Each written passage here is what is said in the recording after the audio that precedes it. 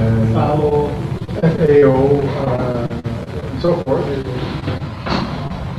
They created this task force, and we are there as observers with 3 or 4 other, say, non-UN agencies, more or less networks of people doing social solidarity economy, which means for us, it's the main basis for this solidarity economy is collective approach. So whether it be co-ops, non-profit businesses, or different types, they are all collective management and democratic governance of these entities.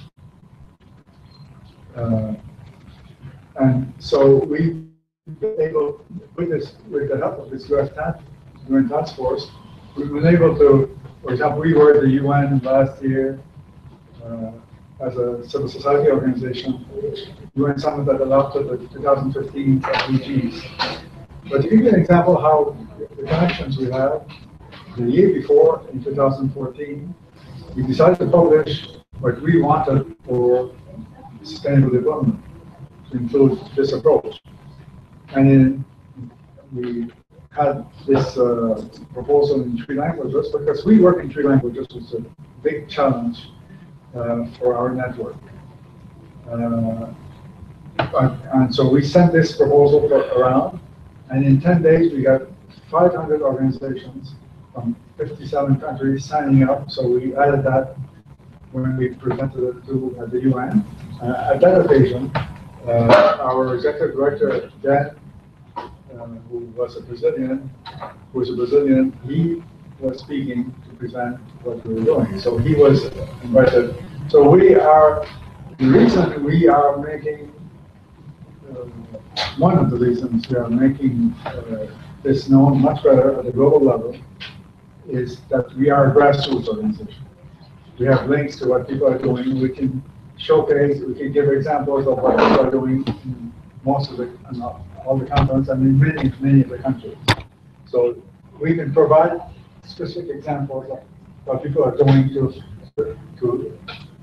lift themselves out of poverty, create jobs, empowerment of women, and so forth. So we can give you examples in Nepal, in Mali, in Morocco, and in the northern country, in Canada, and Europe. So there are many people are, because of the economic crisis and the capitalism is working, increasing inequality and everything, people are interested and people are doing other things. And this is also one of the reasons why we've made important progress in this field. And just recently now, we are working with 5 or 6 different organizations. We wrote a letter to the UN Habitat. I don't know, this UN organization called UN Habitat meets every 20 years, and they're meeting in Quito, Ecuador, next October. And we propose that to include social solidarity economy as an approach. And it's made it to the draft of the document. However, we're not sure,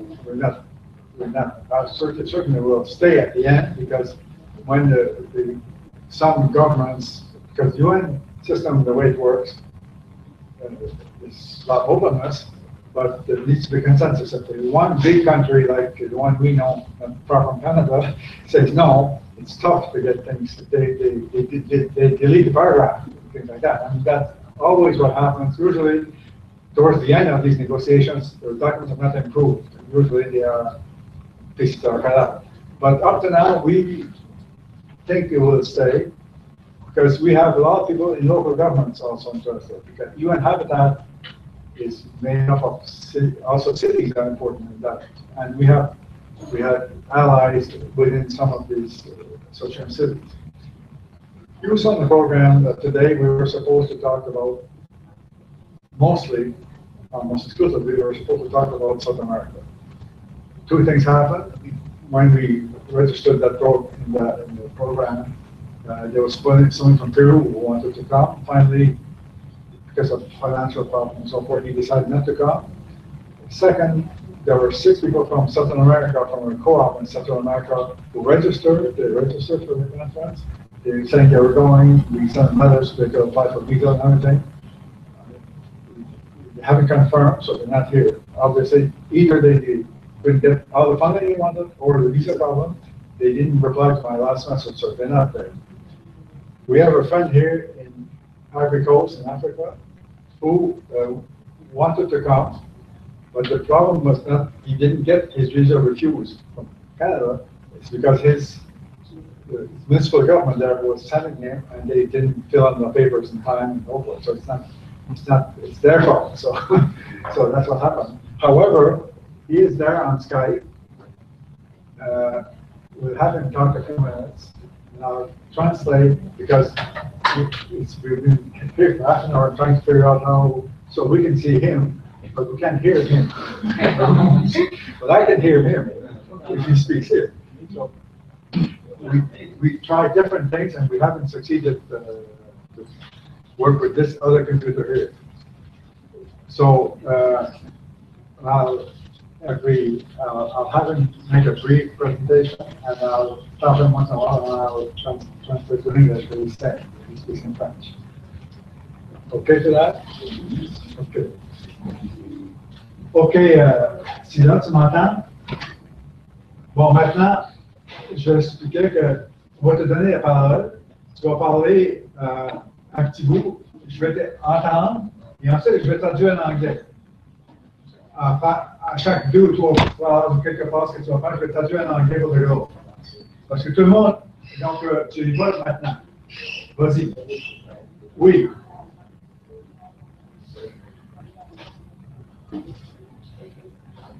Oui, je t'entends traduire. I hear him well. Can you put the mic up the speakers of your computer? Put the volume up, maybe you can hear me.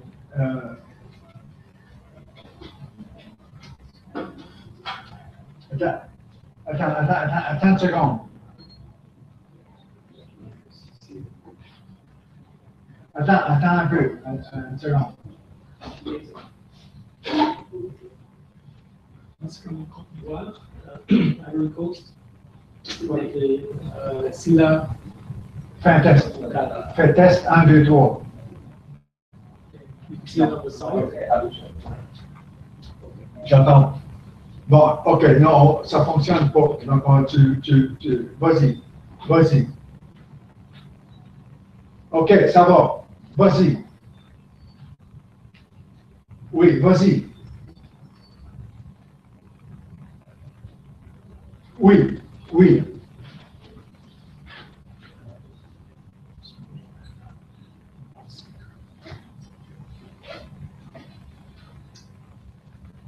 Oui, ça va. So my name is Sila Abubakari. I'm in Abidjan, Ivory Coast. Okay.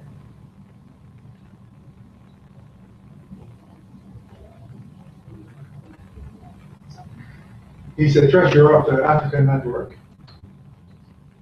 Okay.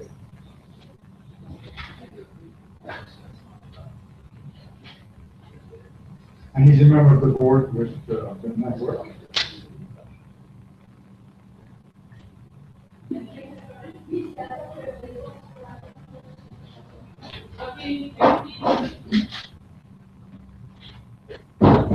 So he's going to talk about the challenges and opportunities for social solidarity economy in Africa.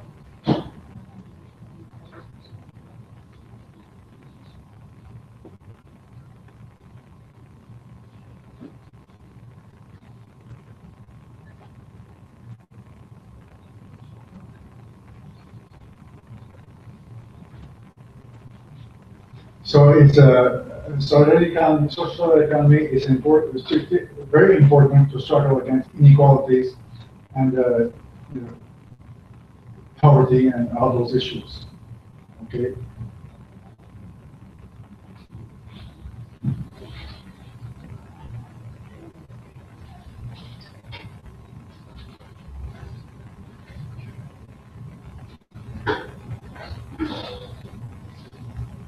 So social solidarity economy is an approach where humans are doing the economy for their own needs and to respect of the environment. So you're creating wealth creating livelihoods for the people. Okay.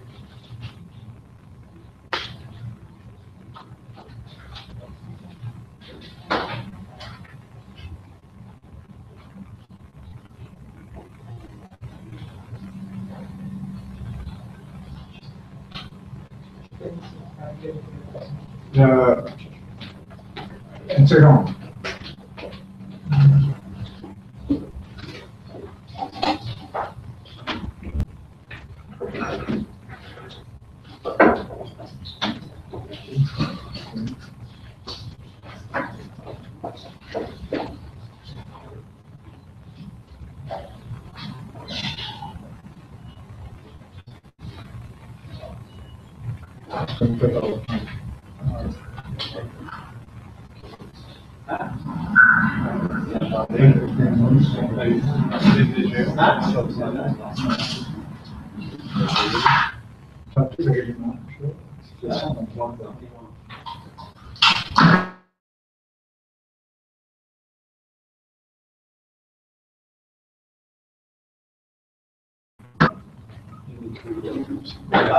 Okay, fantastic. Fine.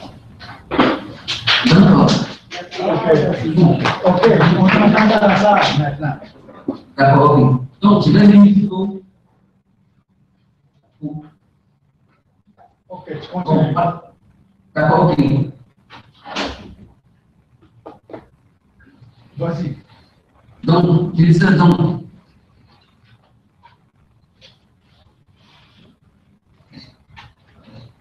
Vas-y, parle. Continue. C'est pourquoi, selon les centres d'intérêt, les acteurs vont s'organiser en coopératives, mutuelles, syndicats, associations, ONG, etc. C'est ce qui permet à... Je reprends, je continue. Okay. This is why people get organized in cooperatives, mutuals, and unions, and so forth. These people get organized. Okay. Ceci permet d'atteindre les objectifs que les acteurs se sont fixés en vue d'améliorer leurs conditions de vie. So this helps the actors themselves organize so they improve their living conditions.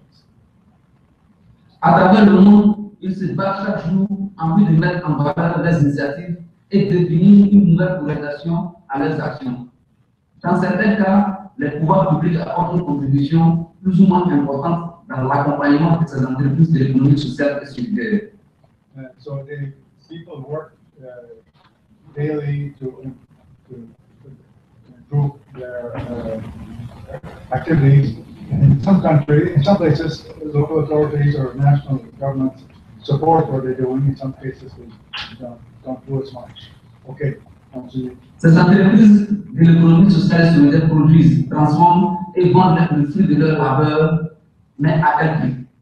En Afrique, ces organisations sont inscrites dans des mécanismes sous-régionaux qui définissent les critères de création, de fonctionnement et d'appui qui demeurent insuffisants.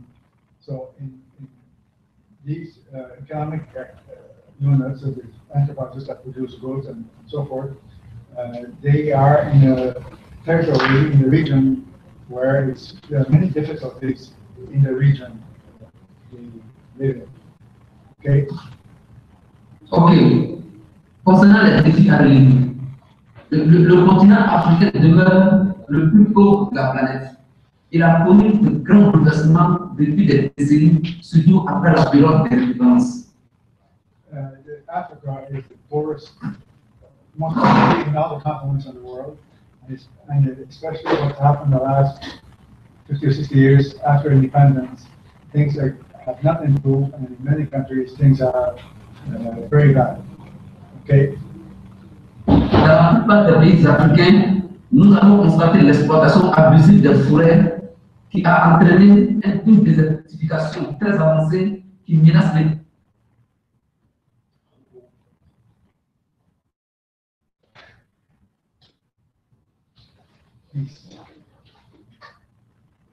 Tout ce qui a fait subir au continent des phénomènes socio-économiques environnementaux. You were saying that in particular, we can connect again. In particular, I'm trying to connect again. In particular, forestry has a lot of the forestry has disappeared, a lot of forests have disappeared. There's a lot of desertification that's happening in many countries.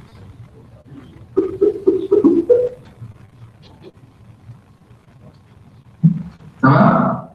Oui, ok, continue.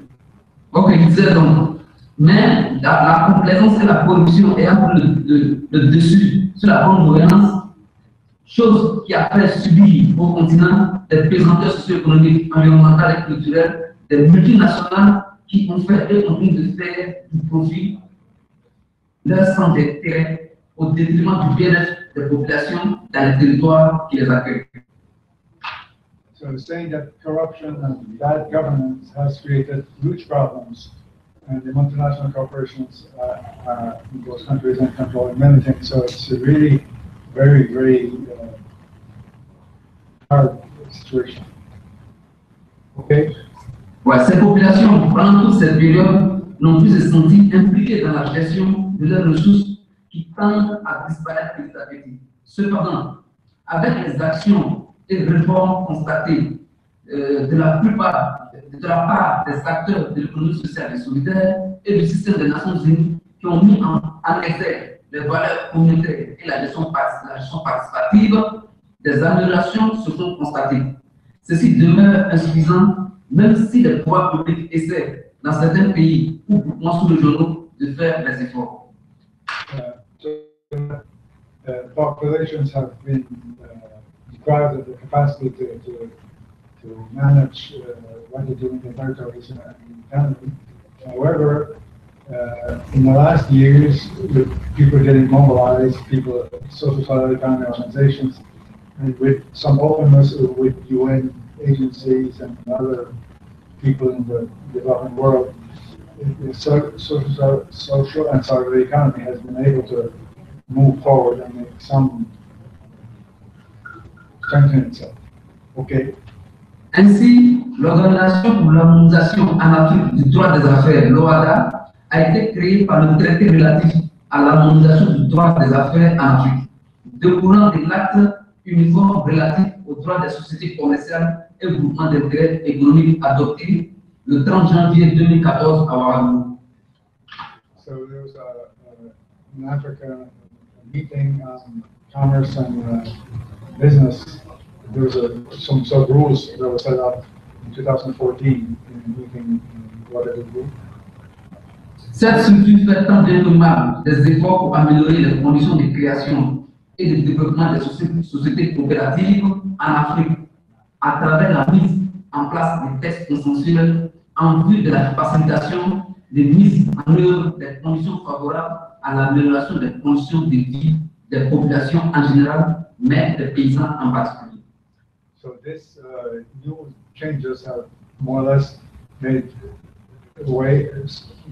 so that there's a law, the law there, that principles, other countries can apply those principles that were agreed at the African level, so that it facilitates, for example, creating cooperatives for farmers and other people in the community. So that was for them progress. Okay. Ce mécanisme a permis, par exemple, de rendre plus flexible la création d'une coopérative à travers deux modes de gouvernance que sont les sociétés coopératives avec conseil d'administration, mais aussi les sociétés coopératives avec des statuts simplifiés. En plus de cela, un mécanisme de comptabilité simplifié est élaboré pour faciliter la gestion financière et comptable par les acteurs, quel que soit leur niveau d'études ou de gestion. So he's saying that these new laws, these new regulations have created much easier to create a co-op and to also manage a co-op and even simplifies accounting and things like that. So because people who have less literate who don't have high studies can still manage the co-op. So there's a mechanism to facilitate creating co-ops. Okay. Enfin, au niveau des institutions nationales, des efforts ont été consentis au plan financier pour faciliter la création de ces organisations. Par exemple, en Côte d'Ivoire, on ne déboursera que moins de $100 US pour la mise en place d'une coopérative, contre plus de $1000 US il y a 10 ans. So he's you're saying that some years ago, now Okay. now they can register a co-op. Je le prends. And second, they can register a co-op for $100 US. It used to be some years ago $1,000 to register a co-op.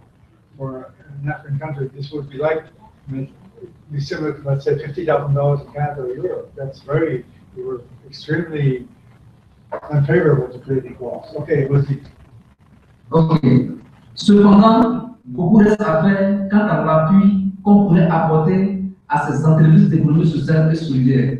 La grande difficulté des acteurs et autres entreprises d'économie sociale et solidaire réside dans l'accompagnement structurel, mais surtout financier, accordé à ces structures et les acteurs qui les animent. Okay. He was saying that what is still lacking, there's an important need to have support, so that people can support accompany these businesses when they start up and so forth. So he says that's still a very important thing to set up. Okay.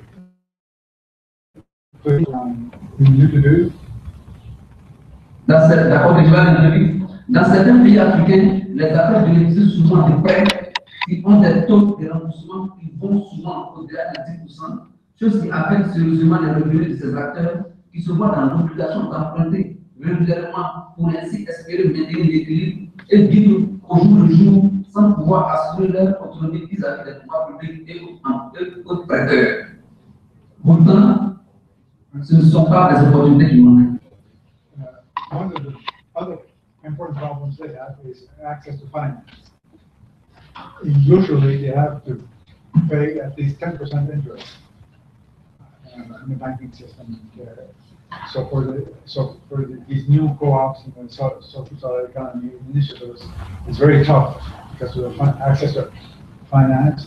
However, he says there are many opportunities to develop this type of co-op or collective enterprise. But there is a financial problem also. Okay, continue. Ok, je vois les deux difficultés. Au plan humain, les potentialités en Afrique sont très nombreuses et généralement inexploitées. Voici un continent qui compte un taux important de jeunes très dynamiques, mais qui se tournent les pouces en attendant de bénéficier d'un appui pour se réaliser, se prendre en charge et donc se rendre autonomes. Ces jeunes qui, pour la plupart, ne manquent pas d'initiative, vont même jusqu'à vendre leurs parents dans les pays du Nord qui leur offrent des opportunités encore plus juteuses. Ce qui explique le phénomène, je voudrais dire la tragédie de l'immigration clandestine avec son lot de pertes en vie humaine et d'humiliation centrale à l'époque du trafic d'esclaves. So, you're saying that because there's so many problems to create these business systems, so the young people, Africa is one of the continents where the highest rate of young people, they like turning their house because they can't do anything.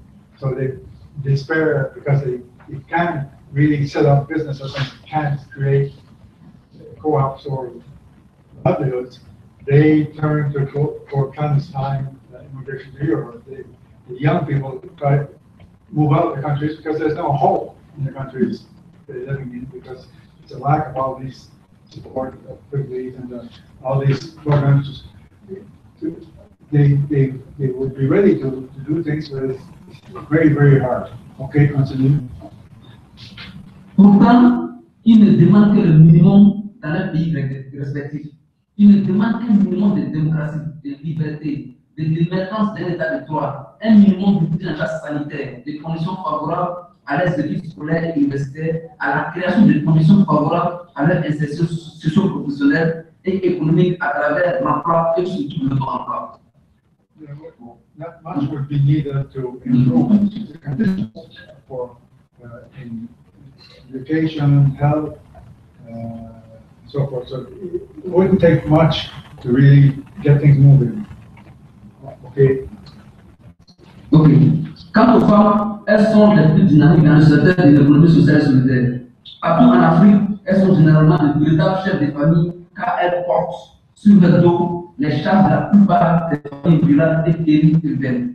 même si elles peinent à voir leurs droits respectés par la société entière, c'est pas externe dans le processus de création de richesses et partant de la production à la commercialisation, passant par la consommation. Du Maroc en Égypte, du Sénégal en RDC, du Cameroun en Afrique du Sud, en passant par Madagascar, elles sont permanemment à la tâche et demandent qu'on leur fasse confiance et qu'on leur donne l'opportunité de multiplier les ressources en vue de la création des richesses nécessaires à la réalisation des objectifs de développement durable. So it's saying that women are the leadership of the social economy in Africa and other countries. Women are doing this, and also they in charge of the family. So the very dynamism of women who really supporting this social in Africa, all parts of Africa. So, and even if it's in civil society, the situation is not always as good as it could be. There's still social problems and so forth for the rights for women, but they are the forefront in social economy in Africa. Okay. Bon, voilà. Ils vont nous donner un budget, juste une page. Hein. Voilà. Les ressources naturelles, elles demeurent jusqu'à présent la plus grande potentialité en termes de production de richesses au niveau continental. Il est vrai que certains pays sont moins desservis que d'autres, mais dans la majorité des cas, les richesses naturelles constituent l'essentiel de l'économie de la plupart de ces pays. Il suffit pour eux de mettre une bonne politique d'exploitation, de production, de transformation et de commercialisation des ressources naturelles pour voir nos communautés bénéficier des produits des États auxquels elles sont rattachées. Pour répondre aux questions du changement climatique qui pourrait constituer un frein à l'exploitation des ressources naturelles, nos autorités ont pris conscience qu'elles devraient s'impliquer dans les initiatives internationales de lutte contre le réchauffement et le changement climatique. So it's saying that Africa is very rich in natural resources. It has most countries have all they need to improve their lives with the natural resources. Resources should be managed in their own countries and by the population in their own countries, and so that the benefits of let's say natural resources be for the people of the country and not for the multinational or whatever, and also we have to, and there's rising consciousness in Africa of the importance of climate change. So they are also using this to have policies that take this into account in the different African countries. Le deuxième paragraphe, au plan politique, il faut reconnaître que des efforts ont été faits pour donner un outil favorable au développement communautaire, car les collectivités ont bénéficié d'une stratégie de développement de la population décentralisée. Et cette population devait faire des ouvertures, non seulement au plan local, mais au plan international, pour permettre aux collectivités d'apporter un plus de bien-être. C'est la dernière partie. Donc, je passe maintenant à la conclusion pour qu'on puisse aller vite. 60% de la population africaine vivant en milieu rural, la priorité que veut. President, D'accord. you were saying that there are many good examples in local regions, in the cities and so forth, because there's what they call in Europe and in Africa decentralized cooperation. In France, for example, has local cities or local governments can work directly with local authorities in African countries or things like that. So there's all of this international solidarity and cooperation between local communities involving populations and also local governments. Okay, Donc en conclusion, pour terminer, this conclusion now. Okay, 60% de la population africaine vivant en milieu rural, la priorité devrait être mise en grande partie sur la production agro-pastorale et ses dérivés artisanaux et commerciaux pour ainsi créer des richesses et lutter efficacement contre les disparités sociales. Je vous remercie. So we say that in Africa, 60% of the population lives in rural regions. So this is why, for them, it's very important that agriculture, animal animals and everything, herds of cattle and so forth. It's important to strengthen this sector because the livelihoods of the people are linked to this, and the traditional knowledges and so forth can be used to have a different type of development. So we thanks people for listening. Okay, merci. Bonjour. Any other questions? Okay. Any questions? J'ai une question. Je n'ai pas très bien compris concernant les nouveaux statuts des coopératives, s'il est propre à plusieurs pays d'Afrique ou seulement à la Côte d'Ivoire.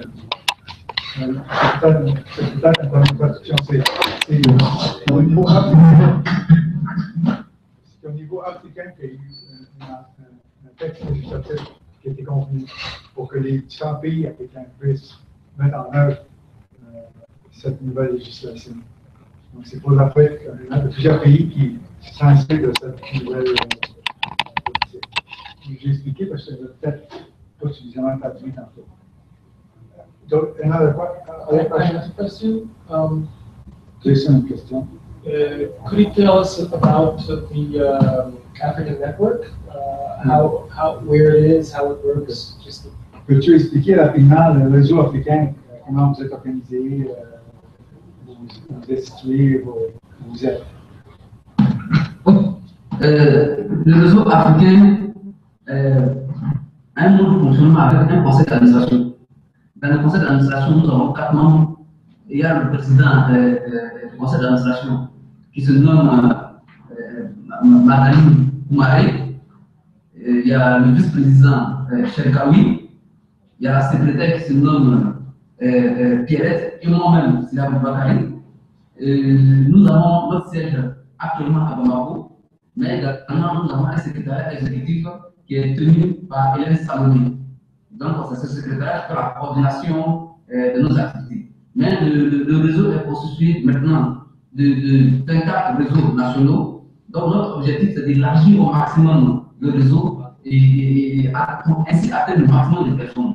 Donc, nous procédons par l'encadrement des acteurs. Nous faisons la mise en réseau, la mise en relation, aide à l'élaboration des projets, la formation, et ainsi de suite. Nous avons également des partenaires, dont le plus important est l'IPD, l'Institut de développement africain, qui est basé au Cameroun. Et je ne sais pas si vous avez été sur le résumé de nos actions, mais en grosso modo, c'est de ça qu'il est question, l'encadrement, l'accompagnement, la mise en réseau et les actions de nos chances sur l'échiquier de l'action. So they have a board of directors of 4 persons. He's the treasurer. Madani, who is in Mali, is the president. They have a Shakawi in Morocco, who's the vice president. And the treasurer is Pierre in Cameroon. They have members in 24 different countries. Some are large networks, some are smaller networks. So they're working with institute called Pan-African Development, for Pan-African Development. So that is doing some of the work to support what we're doing.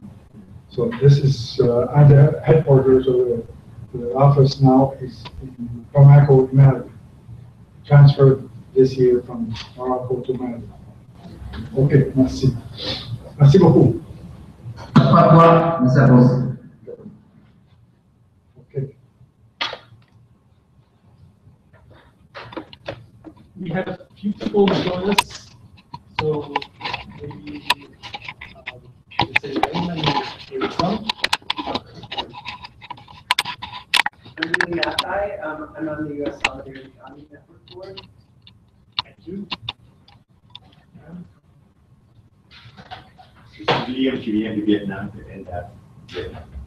Ok. Ça va pour l'anglais? Oui, ça va. Anybody else in the scene? No. Okay.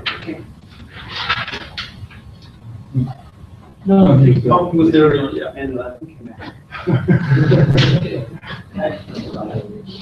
Hello. Bonjour. Bienvenue. Est-ce que vous pouvez vous introduire qui vous êtes, vous? Oui, je m'appelle Estelle Leclerc, je travaille à Montréal dans un organisme communautaire en sécurité alimentaire. Une chose comme ça, c'est ma méthode. Je travaille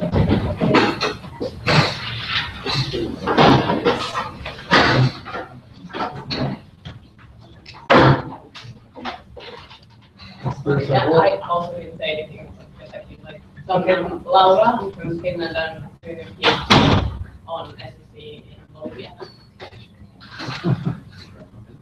Yes. Okay. Did you introduce yourself? No, my name is Stephanie. I'm from Colombia. Okay, great. I don't expect to change anything, but since the people from Latin America being Schwab, and there's a few people who seem to be working in Latin America, maybe they can share some. Yes, yes. That's from Brazil, but I was already used to talk. Oh, okay. Others can talk about the experience. So, who wants to go first? You. Okay.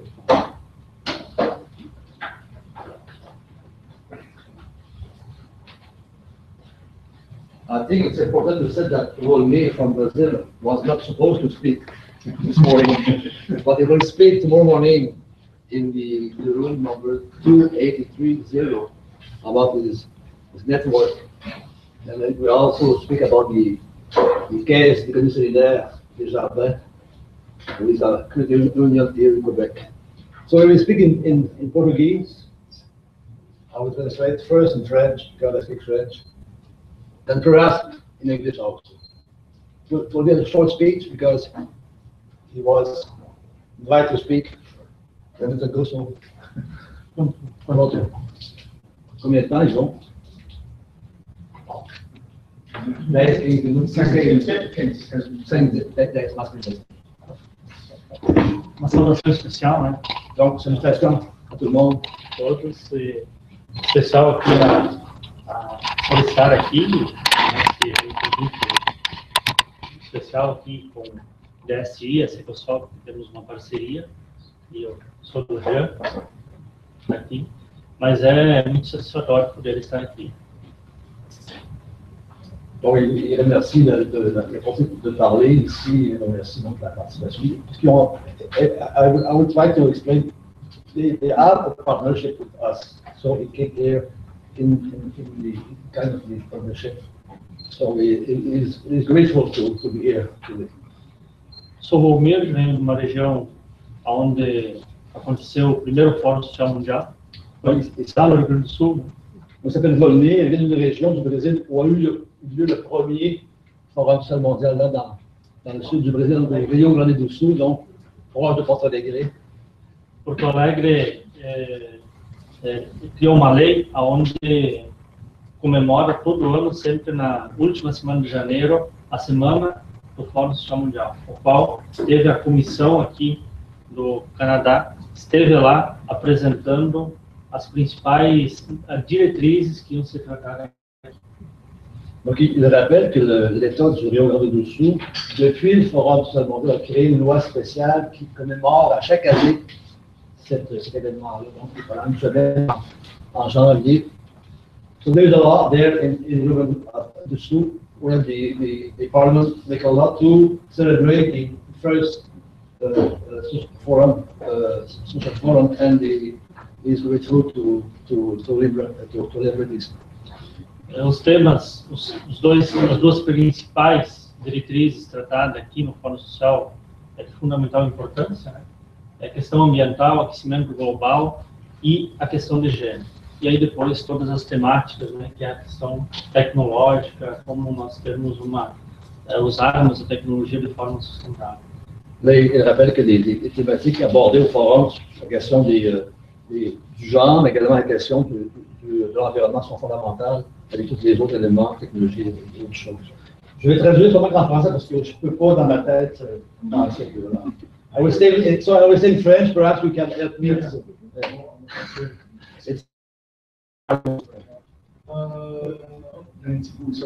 I will translate in French and because I can't do it.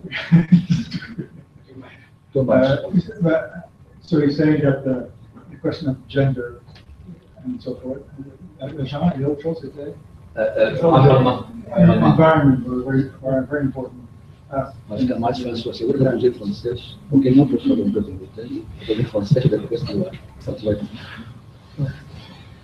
Venho de um sistema de cooperativa de crédito solidário, onde lá no Brasil tem uma diferença cultural muito grande e temos uma extensão também enorme.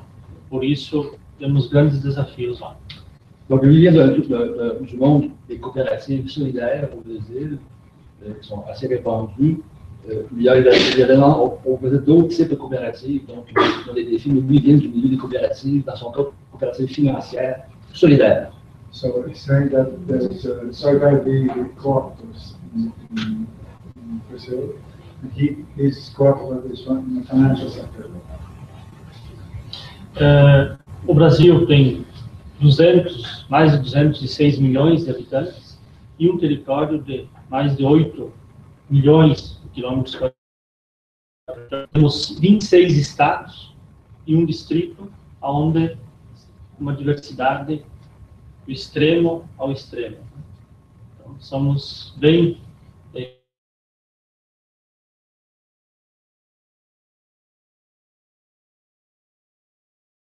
National, 208 millions de population, 8 millions de kilomètres carrés, un peu plus petit que le Canada, 26 États, un district, une très grande diversité de population, donc très grande richesse, une grande diversité de population. So Brazil it's a very big country, has a population of over 200 million people. You have 27 different states and one federal district. There's a very wide diversity in the country. Temos 13 tipos de cooperativas no Brasil, a quais estão divididos crédito, produção, habitação, consumo, os mais diversos ramos. Mas tem um fator que nos preocupa bastante, que a maior centralização está em duas regiões, que é no Sudeste e no Sul. Plusieurs types de coopératives au Brésil, dans tous les secteurs, mais ce qui est important de votre on regarde les données de la répartition géographique des coopératives au Brésil, tout secteur confondu. Ça se concentre dans le sud, donc les États du Rio Grande do Sul, du Santa Catarina, Paraná, également la région São Paulo, Rio de Janeiro, donc le sud-ouest, le sud-est. Donc le grand sud disons, du Brésil concentre la très grande majorité des coopératives de l'ensemble du Brésil. So a great majority of the cooperatives in Brazil are on the south part. Rio, Santa Catarina province, Rio Grande do Sul, most of them are on the south. As outras regiões, pequena participação, e no total dos 206 milhões de habitantes, temos apenas menos de 6% que é cooperado. Donc la population, il rappelle donc que dans concentration dans le nord, dans le sud, peu de participation dans le reste du pays, et sur l'ensemble de la population, il y a plus de 200 millions, il y a moins de 6% de la population qui fait partie d'une coopérative. Donc ça représente très très peu de personnes dans l'ensemble du pays qui fait partie d'une coopérative. So in Brazil, there's only 6% of the population who are members of the cooperative, so this is very low in the country. Just in the north, or the whole of Brazil?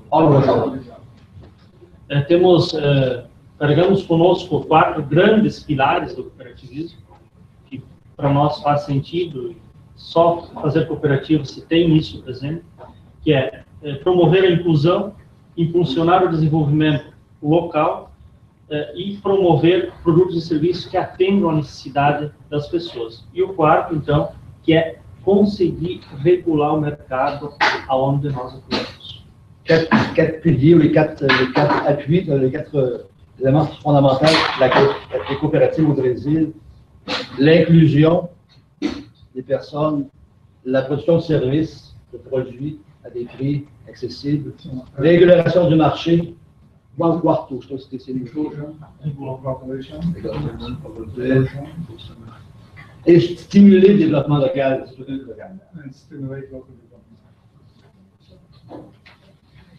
Temos muitos programas de transferência de renda e temos bastante projetos também. Porém, tem uma distância entre um e outro.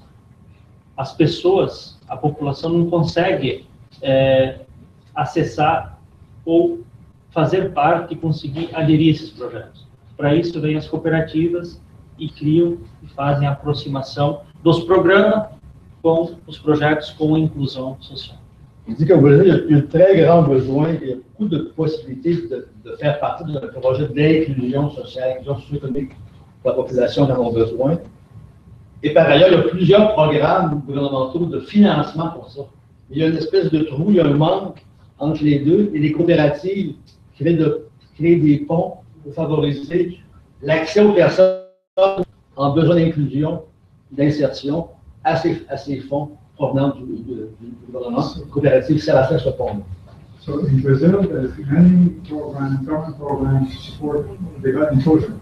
People, and you have the challenge is to link this program and funding for these programs for the people, linking that to cooperatives, creating a sort of a cooperative entity business. So it's a very important challenge. Trabalhamos com dinheiro diretamente. Compramos, vendemos dinheiro. Mas temos presente que não podemos só enxergar o dinheiro.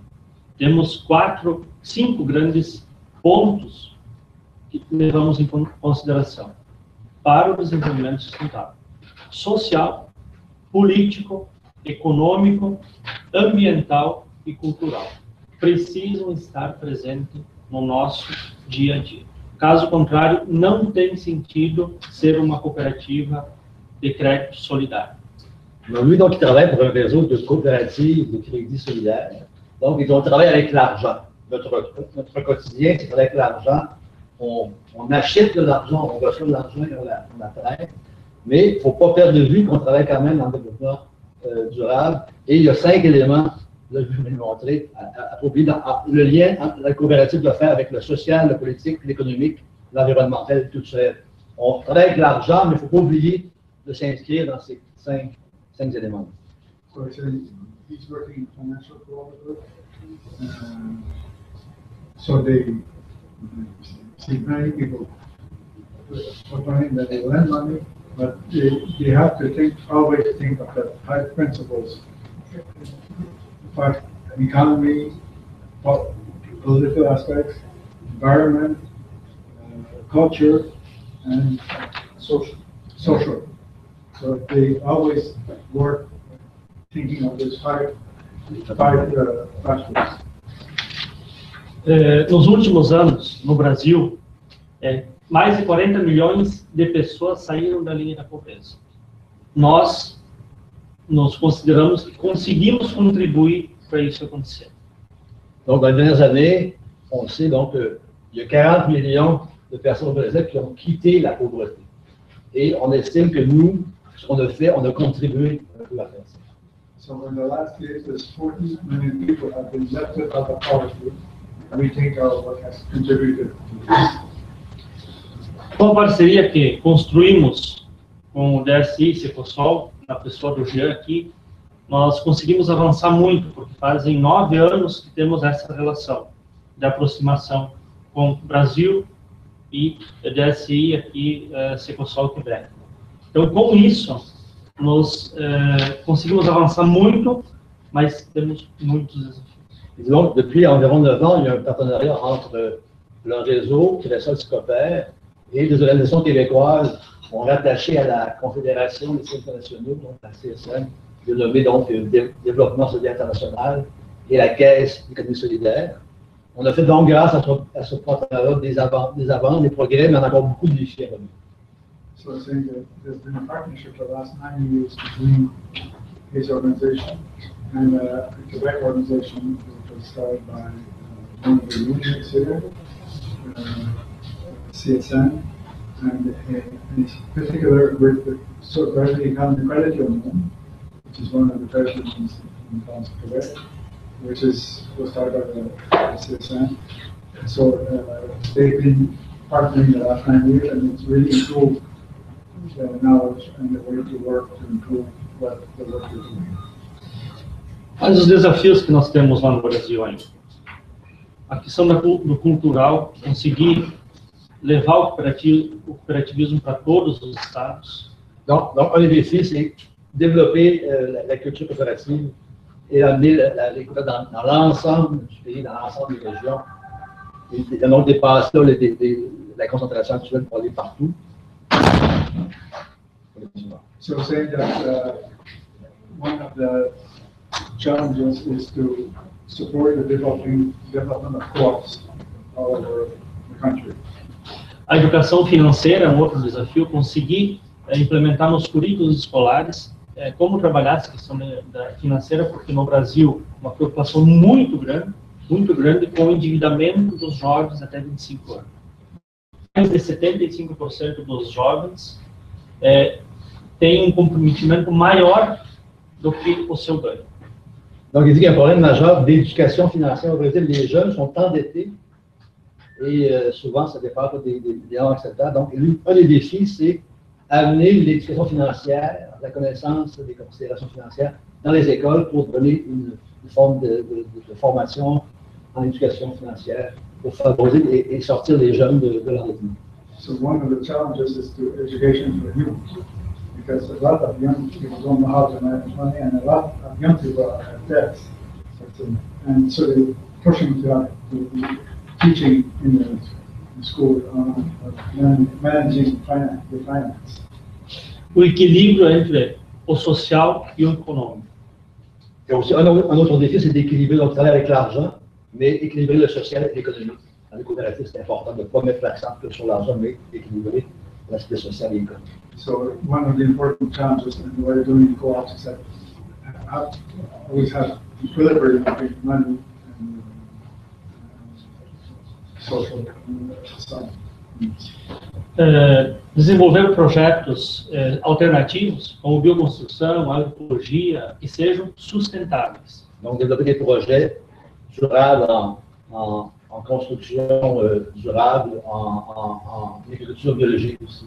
So they're supporting projects, investing in projects for sustainable development, and also in agriculture biology and organic farming. Ampliar a participação tanto das mulheres como da juventude. Augmenter dans les coopératives la participation, la présence des femmes et des jeunes. Increase the participation of women and young people in the cooperatives. It's one of the challenges they're working on. E continuar a parceria com o sistema aqui no Canadá. E continuar a parceria and continue the partnership with the O que a gente entendemos que nós, enquanto movimentos, enquanto entidades, enquanto cooperativas, não podemos se contentar com migalhas. Projetos se constroem com parceria. Em parceria, ambos têm que ganhar com as mesmas proporções.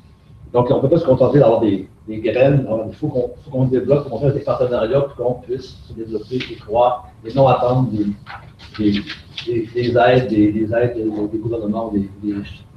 So saying that we have to continue to grow and strengthen ourselves because we just can't wait to get the funding here, supported by the government. So we have to really become more or less stronger and more develop our own business so that we can work without waiting for help. Thanks, everybody.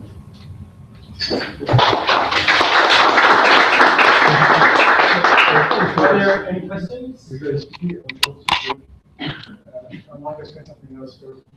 One of the REBAS members from a long time, and one of the most important members, is the Brazilian Forum on Southern California.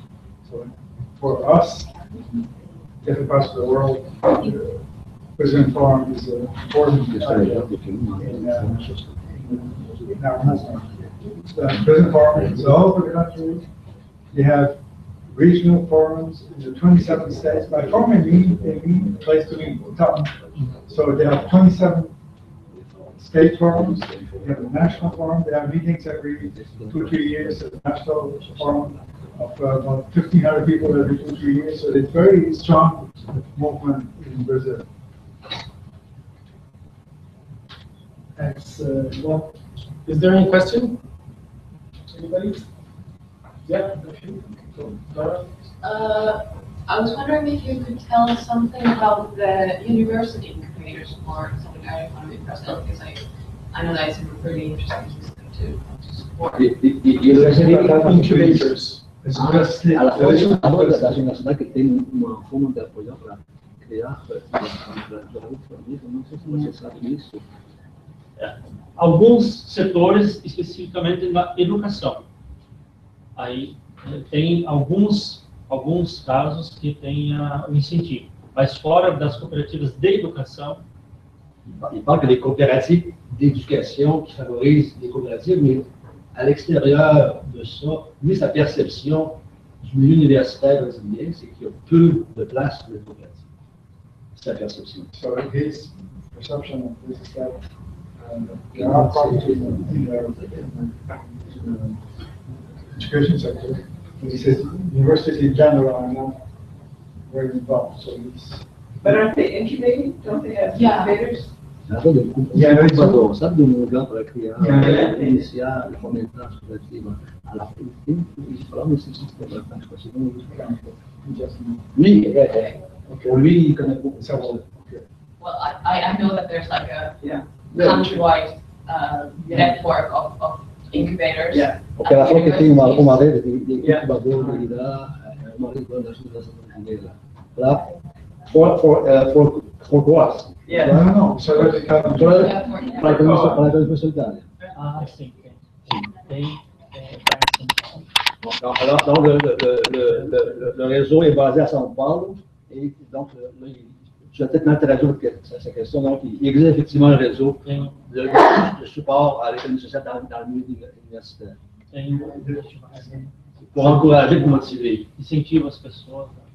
Donc, c'est sur le understood the question in your translation. So it says there is a university in Brazil and the headquarters is in São Paulo.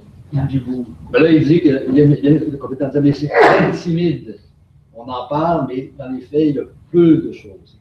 Ça reste timide quand même, c'est très fermé. So it's saying that even if we talk a lot about it, it's still very small. And comment je peux dire, timide? Shy. So it's not big. It's not so important. It does not have much impact. It's,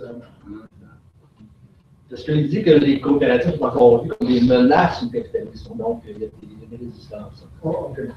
So he's saying that one of the reasons why it's hard is because cooperatives are seen as a danger for capitalism. So it's tough to move forward and develop cooperatives or other types of southern economy. There was one question here, the there. I was just a little trouble getting the gentleman's name. Volmir. V-O-L-M-I-R. Volmir Oldoni. Figlio di italiano. Oldoni. My question was about the state support, and do you still have some kind of ministry of the solidarity economy, or it wasn't a ministry, but you had a minister of the solidarity economy? And has that been changing up and down the different regimes? No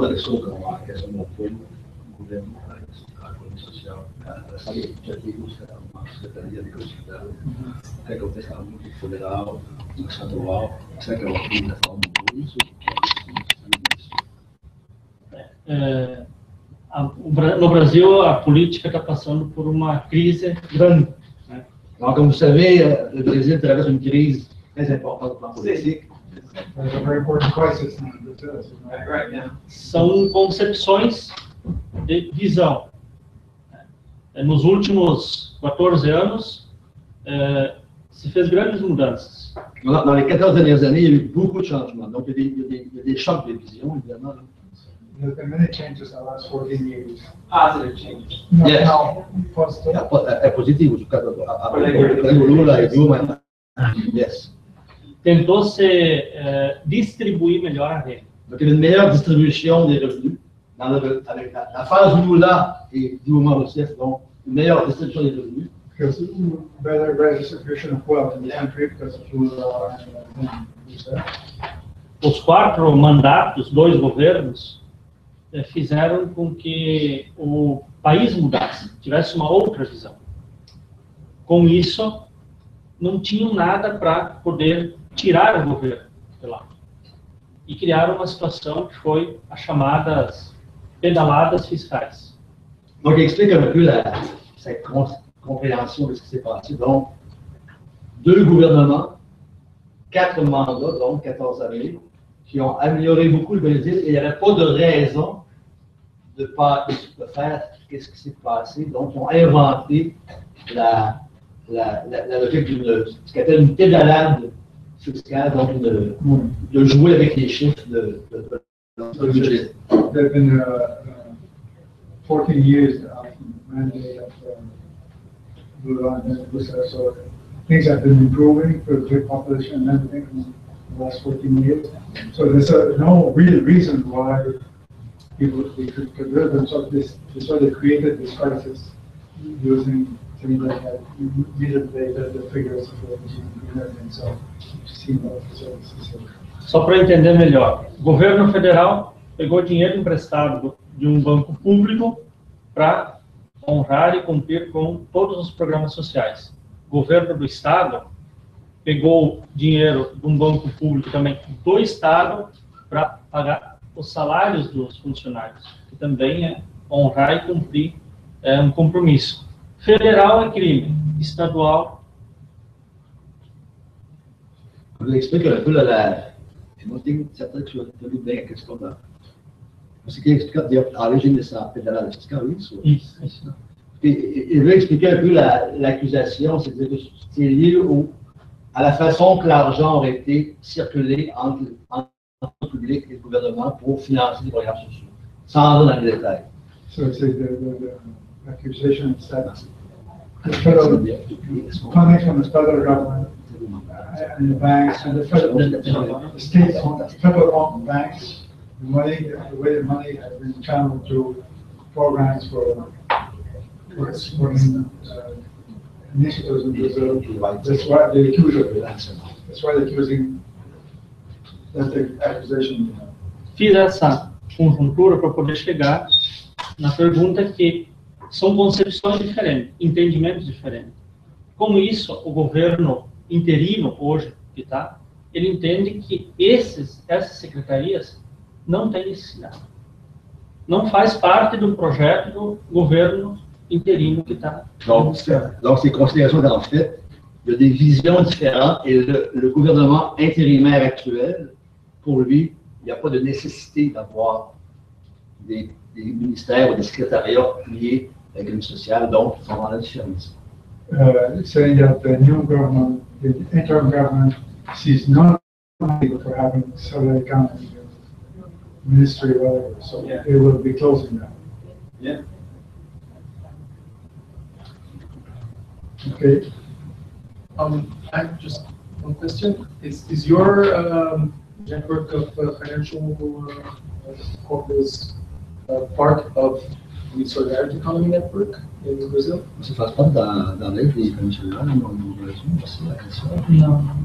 Ça ne fait pas. D'accord, les conflits, non, eux ne sont pas liés, ils sont liés à un réseau qui s'appelle contre-offensives, qui est un regroupement de fédérations de coopératives d'épargne privée. Solidaire. So they're not linked directly with the Brazilian network, they're members of the network of financial corporations. Certainly corporations. Financial. Bom? Obrigado.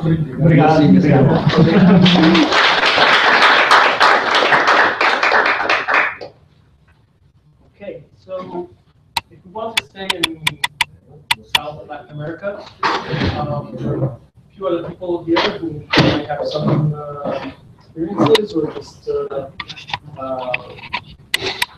give us an impression of what is going on. If you want to contribute. Thank you.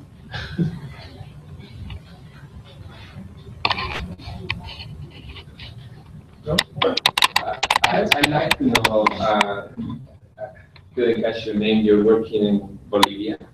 Yeah. Maybe, just an invitation. Maybe you can share some of the work, because in Bolivia there's also a political process that is very interesting, and how that converge with the social economy and a different type of economy. Yeah, I wish I could tell you a lot about it, but I'm really at the beginning of my PhD, and I'm going to Bolivia to do my first field work next week. So I cannot really say much. It's been really difficult to actually get in touch with solidaire economy groups through internet, and I know that there's supposed to be a solidaire economy network in Bolivia, but they're nowhere to be found online.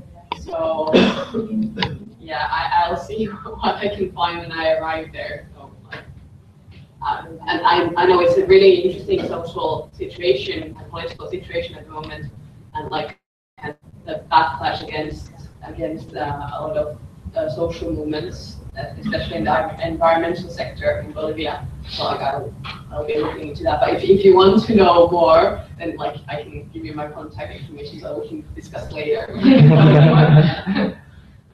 Probably we can. Yeah, it will be great. Because last year, no, November 2014, there was a conference in Morocco. In Morocco, they were trying to have a law on social economy, and there were two people from Colombia and the meeting. There was somebody from the ministry was explaining the program they have to support social economy, but also Colombia or Bolivia? Colombia. Oh, because she's talking about Bolivia. Bolivia, okay. Sorry. Also have people that. Okay. Yeah. Well, one thing I know is that there's very strong presence of women also in the Bolivian solidaire economy, and that the government has put forward a legislation about diverse economies, and solidaire economy is also mentioned there. But I don't know what's the level of practice of that legislation. The person from Bolivia who's in the coordinating committee of Alicia. And Bolivia has interesting. I have another paper I can send. Bolivia has in the constitution talks about popular economy, but also they have the law to put that into effect. So there's a very important law that can send in the link for that. So. Yeah, so in some ways similar to Ecuador, but there's of course a lot of the indigenous influence also. It's really interesting. But yes, in general, in Latin America, the virtual presence is not so easy to cross on. So we still go through word of mouth and direct contacts and things like that. The next international network you mentioned at the beginning, our network meets every 4 years. So the next meeting is global level. The global level. The next meeting is supposed to be in South America in 2017.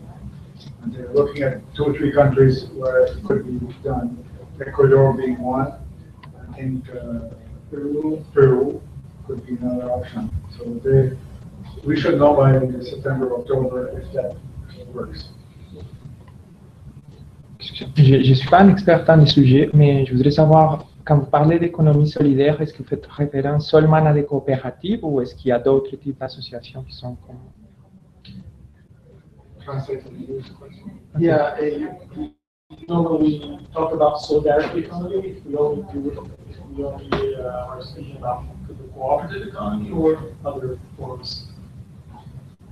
The answer is many other forms. Okay,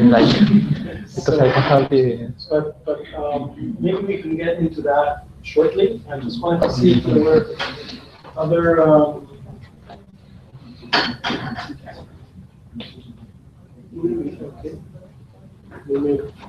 So before we go out of Latin America, you want to say something? I feel like it. Yeah, but I don't feel very comfortable. I don't know if someone can. From Spanish. Yeah. Okay, we can try. Yeah, okay. ¿Tú puedes traducir? Claro. Sí. Yeah. Pues en Colombia estamos pasando por el proceso de paz que se firmó este año. Pues estamos en las negociaciones del proceso de paz. Hay como una iniciativa muy interesante y es que dentro del proceso de paz hay iniciativas, incluso desde la empresa privada, para incluir a las víctimas y a los victimarios, es decir, a los desmovilizados de... Alors, on est dans une négociation de paix en Colombie présentement, puis dans le cadre de cette négociation, il y a des projets intéressants qui essaient d'intégrer tant les victimes que les victimaires, je ne sais pas si on peut dire comme ça, les personnes qui ont commis des crimes envers certains secteurs de la population. Alors, oui, vas-y. Entonces, hay... We need also the English. Okay, yes. So in Colombia, this year, we're in full process of the signing between the government and the FARC.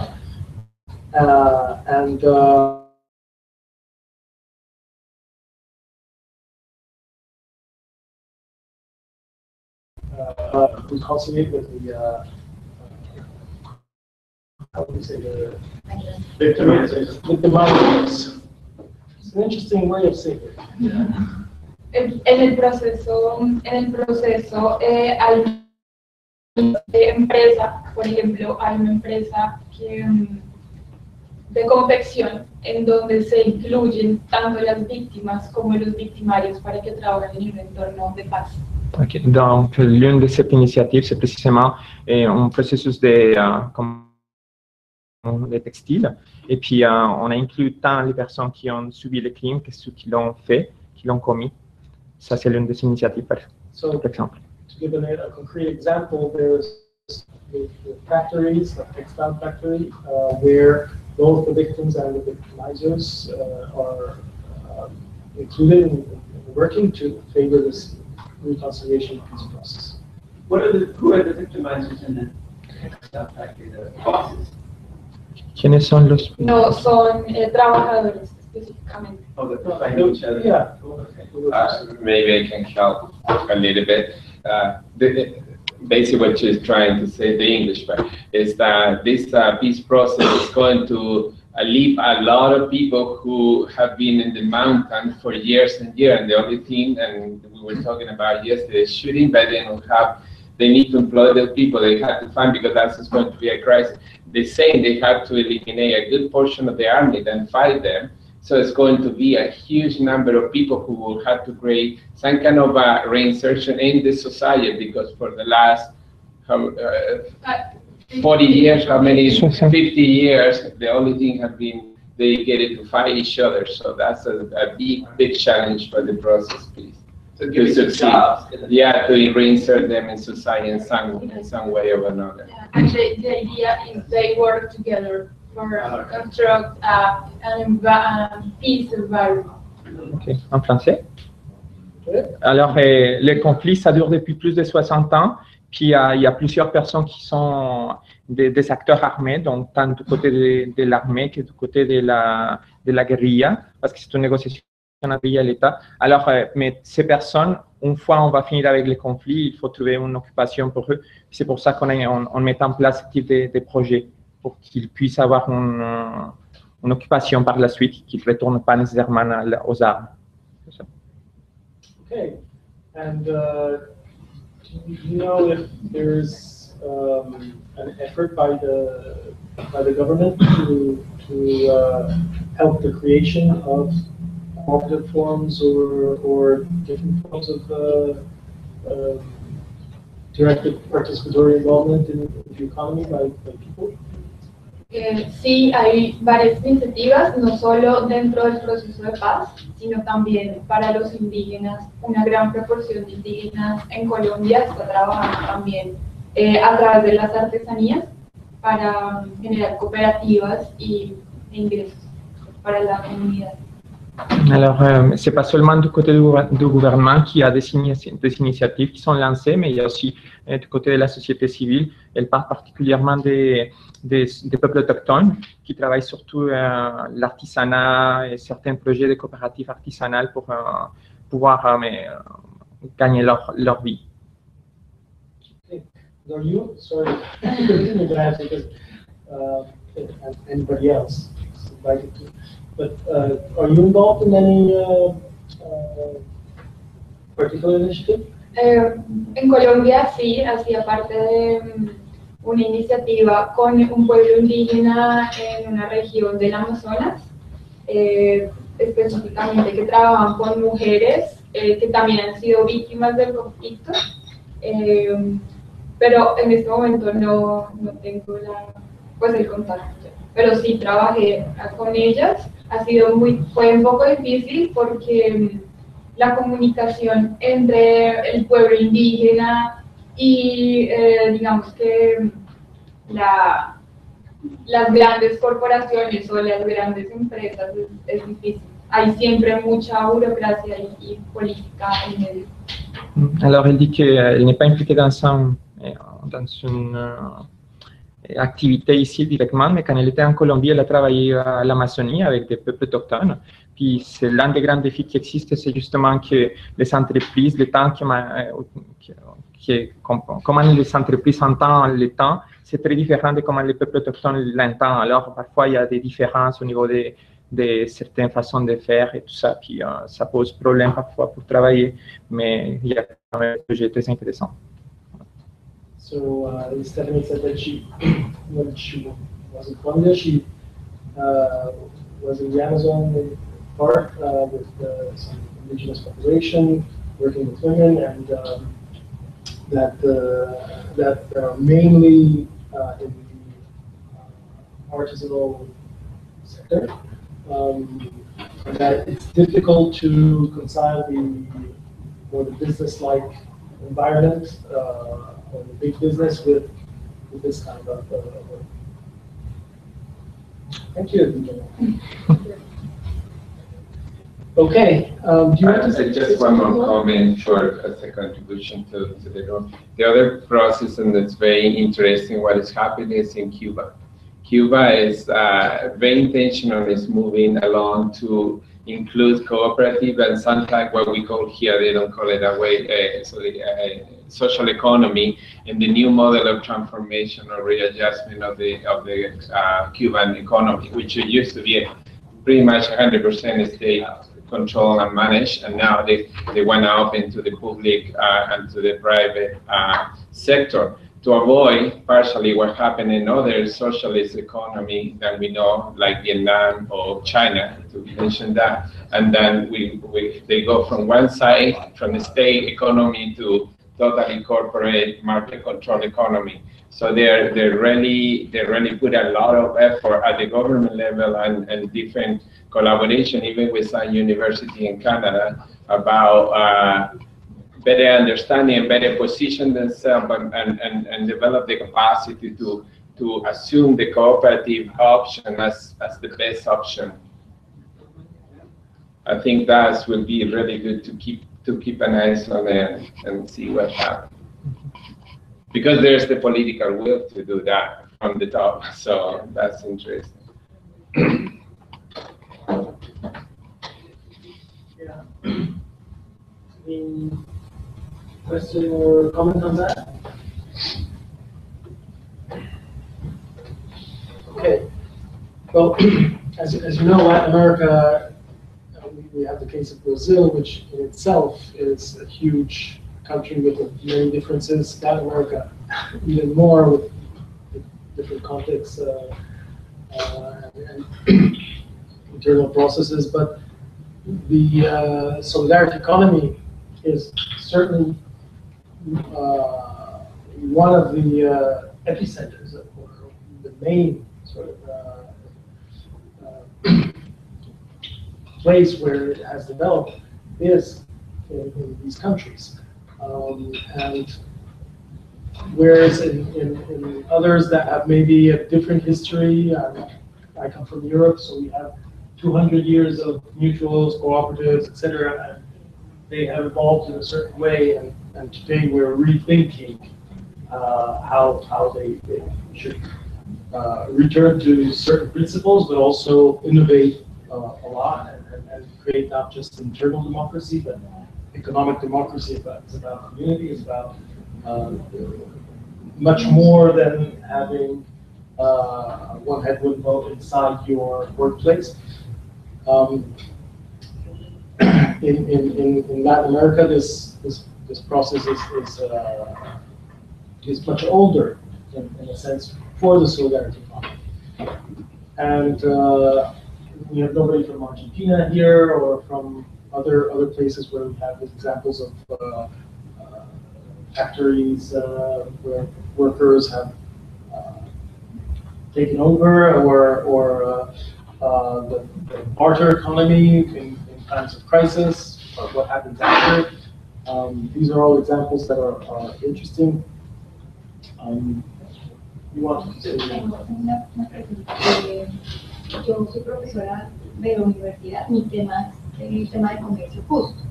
En esta narración he dado, digamos, con estas otras formas de hacer economía, y también me he encontrado con muchos procesos comunitarios que no están organizados como cooperativas. Digamos, nuestra legislación en Colombia es más bien débil y al resultar, digamos, una amenaza para ese capitalismo es muy restringida. Mi pregunta es, ¿quiénes no están organizados como una cooperativa no están haciendo economía solidaria? O digamos, hay que encasillarlos o tienen que ponerse ese traje de cooperativa, porque yo me encuentro con productores, con artesanos que están, digamos, teniendo un vínculo mucho más social y están resignificando cómo hace su economía, pero por el tema legal, digamos, no pueden económicamente hacerlo y convertirse en una cooperativa, o simplemente políticamente no les interesa hacer, pero hacen un ejercicio de resignificar su economía desde estas posturas. Entonces, ¿entran o no entran? Porque yo veo que todo el tiempo hablan de cooperativas y de asociaciones, pero ¿entran o no entran en esto que llaman ustedes economía solidaria, social solidaria? I think one, I can say a few words, but one is to answer that as well.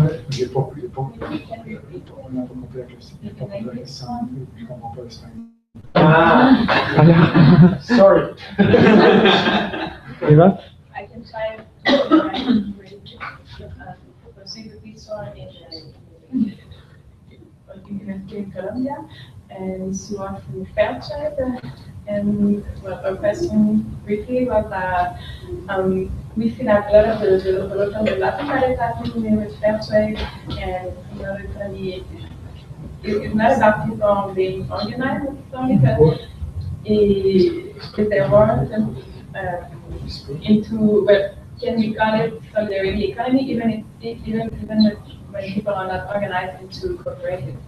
So it's also solidarity economy. When you don't have the organization as a cooperative. Okay, to answer this, I'll show you from our vision paper, the global vision on social solidarity economy that Quels has worked on for several years, and released last year.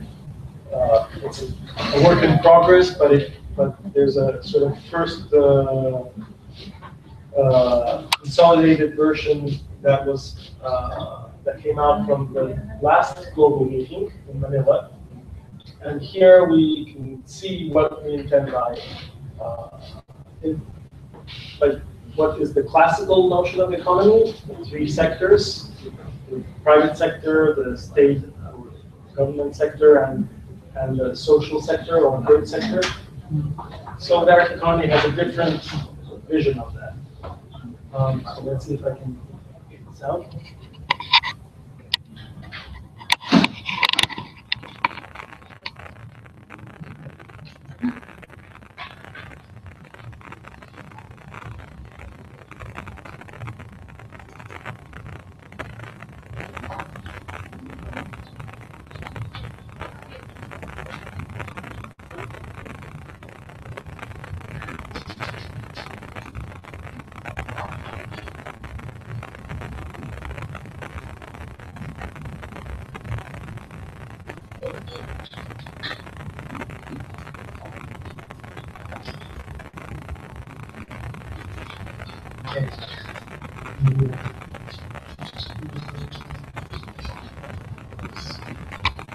Okay, so this was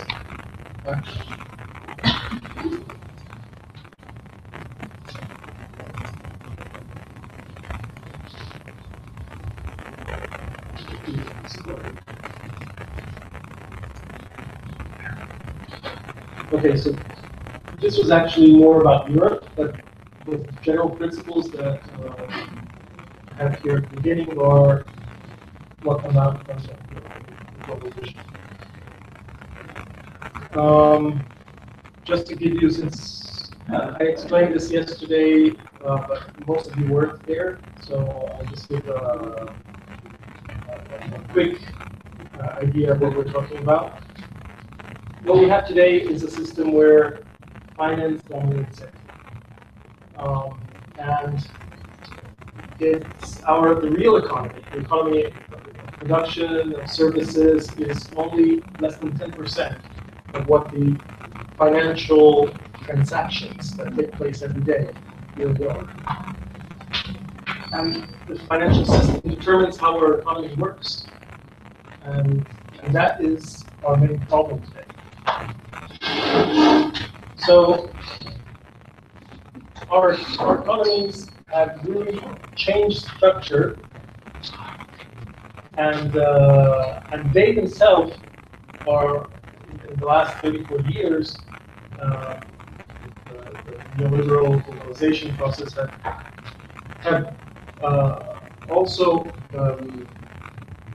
changed the way our societies work. So instead of responding to the needs of our societies are now responding to the needs of the economy.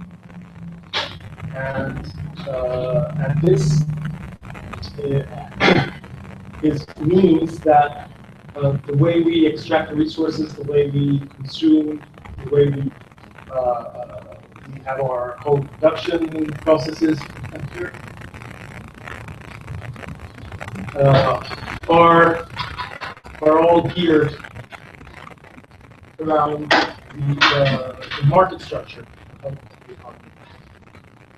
Our societies today, in this ideology of infinite growth and extraction, use the resources we have on our planet for to have the economy go on and work. So this whole picture, if you want, is what is perversively the situation that we should totally change. And social solidarity economy is, in a certain sense, this revolution, meaning revolving the order in which this all is taking place.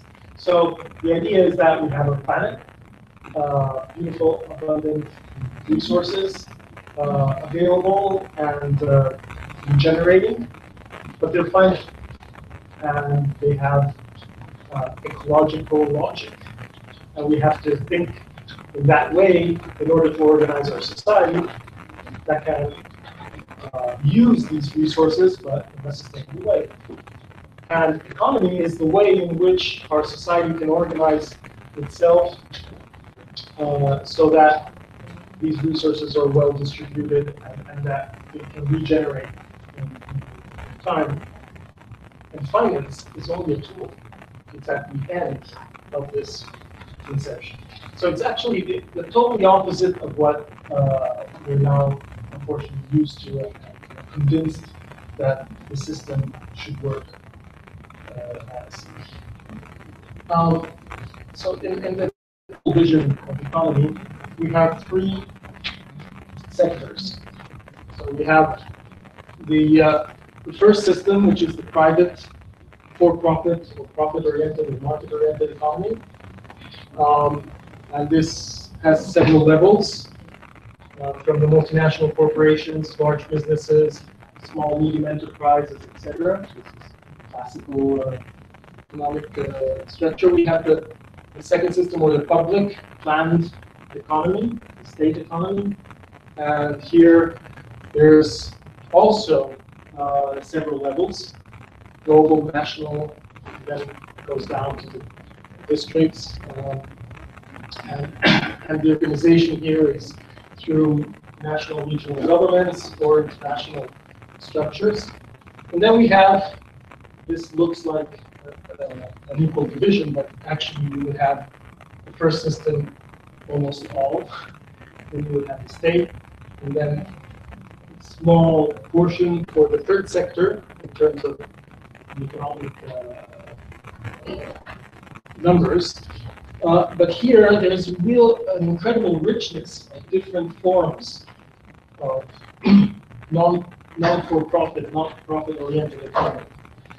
So you have the social enterprises. Cooperatives are part of the social enterprises. But there's also social businesses, mutuals, different forms of fair trade companies, etc. You have all the family-based enterprises, informal economy. You have all the non-monetary forms of economy, barter economy, time banks, etc. And there's also different levels. Mostly are local, but we have also national and international trade going on. Fair trade is sort of the version for this. But we also have diaspora economy, the migrant economy, which is developing also very fast. And all of this is in the classical vision of the economy. Social solidarity economy has a pluralistic approach, so it's not a sector. We don't see this as being part of only this third sector or social sector. The idea is that we want to transform the whole economic system, not in theory, but in practice, by all the different forms of self-managed, people-owned economies, and taking into account all of these principles. So the idea is that we have to satisfy human needs within the idea that it has to be a sustainable solution for human needs. And this is one definition for the European sort of vision. Citizen-led or people-led. The notion of citizenship today is a bit ambiguous, so we should start using it less. But it means that it's people with rights. And the idea of commons and of locally rooted but globally networked economic systems is at the basis of this framework of vision. It's not a model because it doesn't have ideological framework basis behind it. It's based on practice. Can you explain the concept that we want to change the system, but it's not ideological? Yeah. The way you separate economy from politics. What I mean by not ideological is that it's not, for instance, the idea of a Marxist-based state economy. So a planned economy that is with a top-down approach. It's not based on a that we have to follow. It's more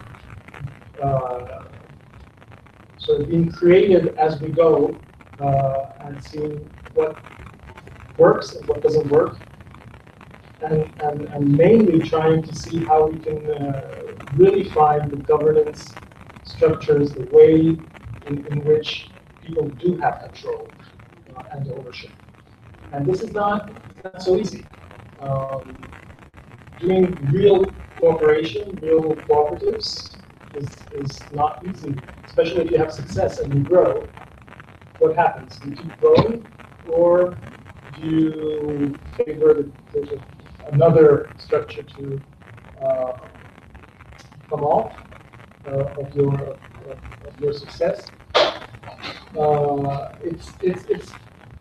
It's something that does not have a manual or guidelines altogether, but we can take examples from each other and exchange law. This is the main idea. Of course, we have a different vision of how society should be based on all those principles, but that can be differently applied in the different contexts.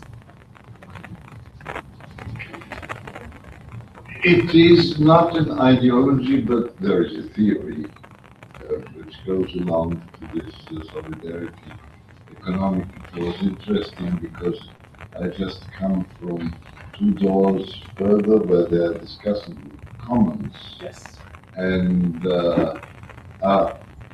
we got to a point where I wonder what you would think, that the problem is that if you dispose of resources, if you dispose of some kind of investment, if there is an economic base for all of this, this looks very beautiful. But what about, let's say, at least 1/3, if not one more, in the world population who does not dispose of any resources anymore? I'm a social anthropologist and I'm working with indigenous people in Central America, and I know that if all of these things which look so beautiful, the Indians are have this concept of nature and so on, in reality has shrunk so much due to the effects of the growing neoliberalism to the last little village. In that sense, it's worse than colonialism. And they deprive people of any resources, so there's literally nothing to share anymore. How to do that in these circumstances? That's a real challenge. The thing is that historically, most of the social solidarity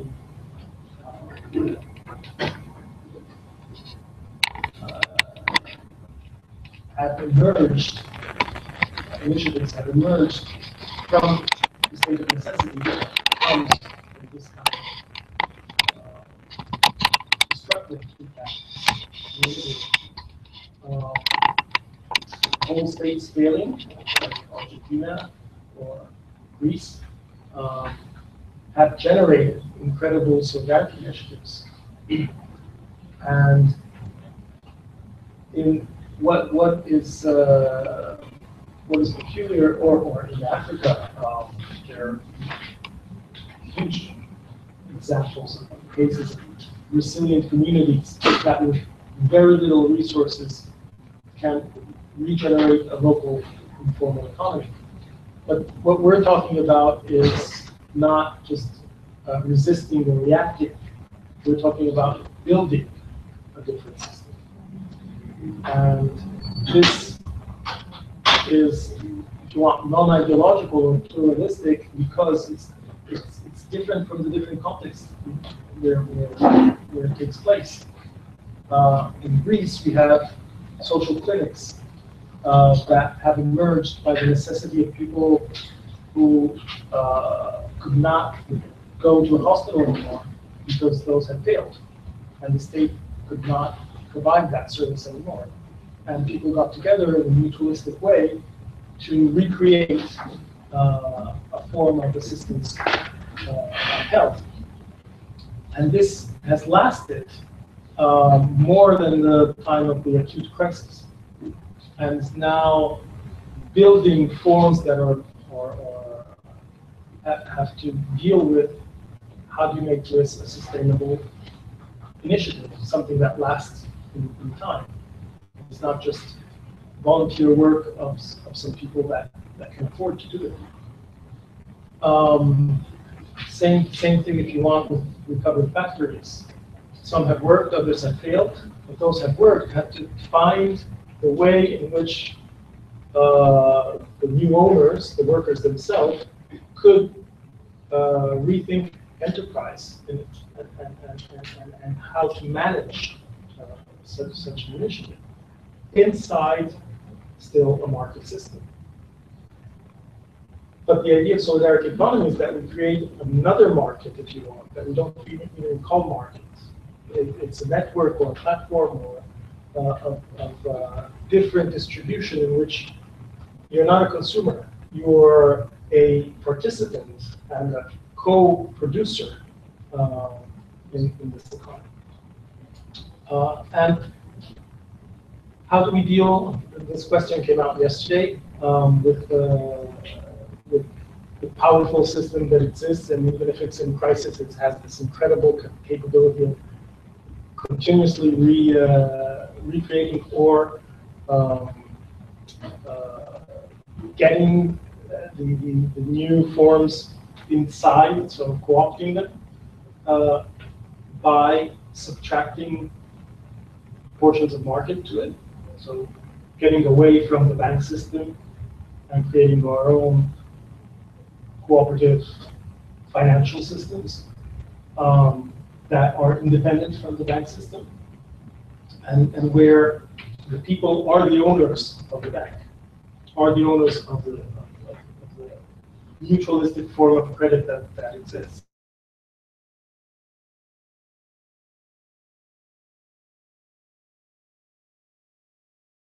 Business than normal small bank that is acquired and merged with other banks. And so for other forms of businesses, in this scheme is more of a form of all the different parts, bigger than this. So it's great. Let's see. Thank you. Thank you. Yeah, you can find these things on the website. This I think comes from the Solidarity and also New York City Solidarity Economy Network. So here you have different forms of needs. Community energy, health, food and water, shelter, education, and the circle. Because the whole idea is that we're going from a linear economy to a circular economy. And so now this is not the whole. Yeah. So creation, production, exchange, transfer, use, better than consumption. And surplus allocation, we're not talking about profit anymore. We're talking about how you provide, you reinvest every time the surplus so that other initiatives strengthen or you create other initiatives. And I won't go too much into I want to show you this. Show you this.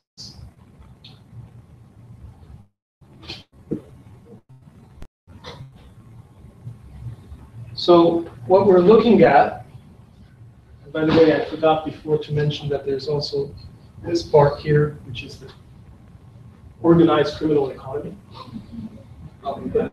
It's also probably much bigger than that, unfortunately. Includes finance. But it's an economic system. And it's part of the whole financial system as well.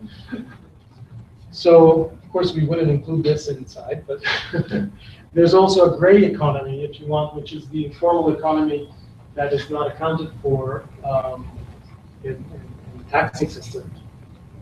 So it's outside of it, but it's also very important in countries in Africa, for instance, where a big part of the economy is informal economy.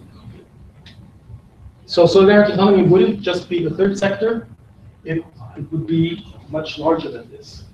Now, since we don't have a theory, a general theory of social solidarity,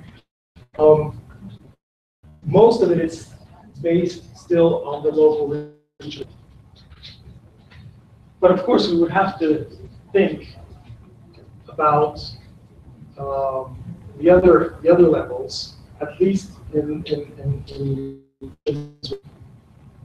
not just for trade, but all the other forms of international government. That's why Quels works a lot with the UN system, trying to influence it to include social solidarity economy as part of the solutions. But the idea is that we don't treat sectors of the economy. An economy, finance is part of the tools of that economy, and we should really think system principles that are the ones we've talked about before.